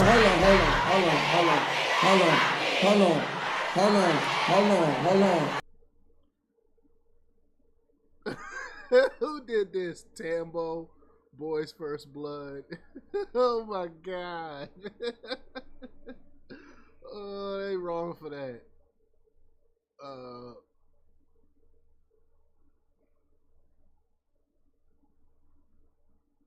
Let's see.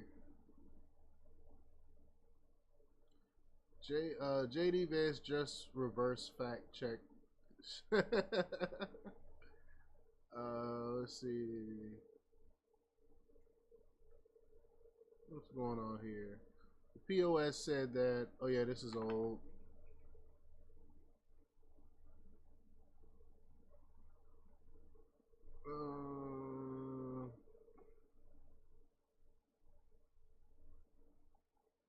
JD challenges fact checkers. Nora, but thank you, Senator. We have so much to get to. Margaret, I think it's important we're because going to turn now to the debate, economy. Thank Margaret, you. the rules were that The you guys weren't economy, going to fact check, and since you're fact checking me, I think it's important to say what's actually going on. So there's an application called the CBP One app where you can go. Yeah, they were. Yeah, they said they weren't going to fact check, and then they fact check. We knew they were going to fact check.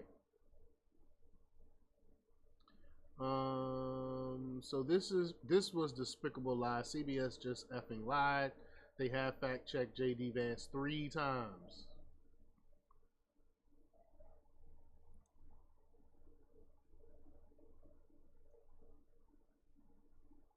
Whoa. He left. That's wrong. He left his girlfriend like that. Oh man, that is just wrong. Looking like that, I would have left too. Oh man, let's see. What's this about the strike here? Beach. I'm a longshoreman for LA Long Beach. And LA is fighting against this right here. I'll tell you right now. See that? There's nobody there. Automation. I work at an automated dock. It's no joke. Wow. They're losing thousands of jobs. So you got all these machines. Look at all these machines right here. There's no people. They ain't paying no taxes. They ain't paying no money. This is what ILA is fighting about. This all used to be filled with top handlers, UTR drivers, clerks, all this yard. Look how big this yard is. And there ain't hardly any people on this thing. This is what they're fighting about. I work at an automated dock right here, Port of LA, Long Beach. Keep fighting, brothers. Keep fighting. They gonna recognize your voice and fire you, boy. It's a brave video you made there. Look at Trump. I'm old enough to remember Trump slapping Vince in the face. Hold up.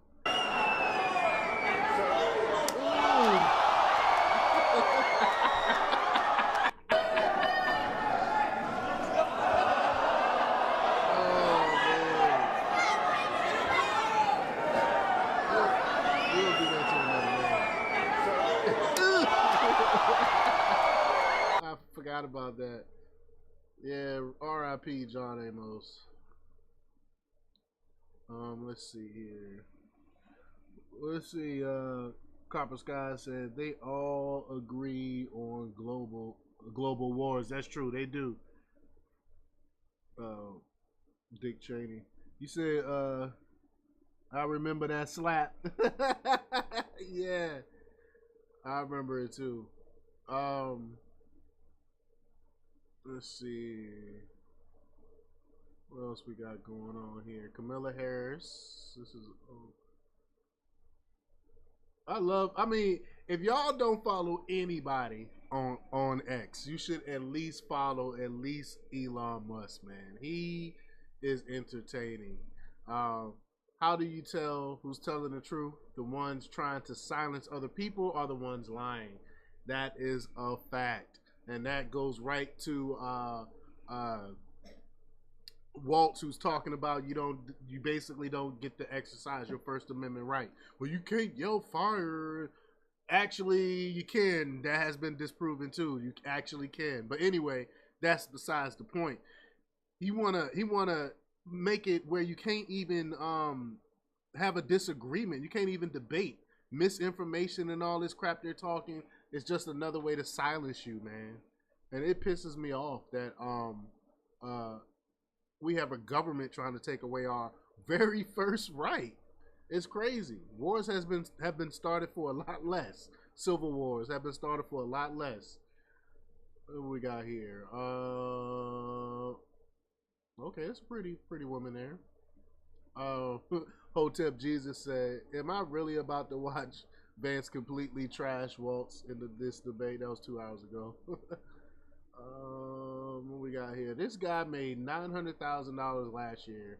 The average port worker makes $147,000 with $35,000 in annual medical benefits. He says 50% pay raise isn't good enough and doesn't care if the strike destroys regular Americans. Wow. That is pretty messed up.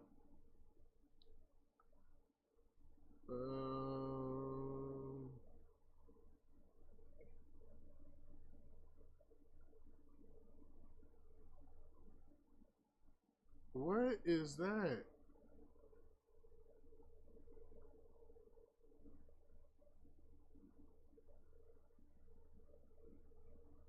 What the world? People are weird. People are weird. Alright, what we got here? Moments when the Queen Night Flower blooms. Oh, that's pretty. In your honest opinion, how did Tim Walz do? Oh, man. Broke back Tim Walz. Stay away from my horse. They wrong for that. Did I win? Ren and Stimpy reference here. Oh man. Much better than I thought, but the dude is just dishonest. I agree with that. I feel like he is trying to sell us a used car. Yeah, I agree. All right. Well, that's my time for the night. I got to get to bed so I can get up tomorrow and start therapizing people. But I appreciate y'all's support. Thanks for watching. Shout out again, Planet X. Shout out WW. Shout out Copper Mutant. Appreciate y'all stopping by. Appreciate y'all support. Until next time, peace.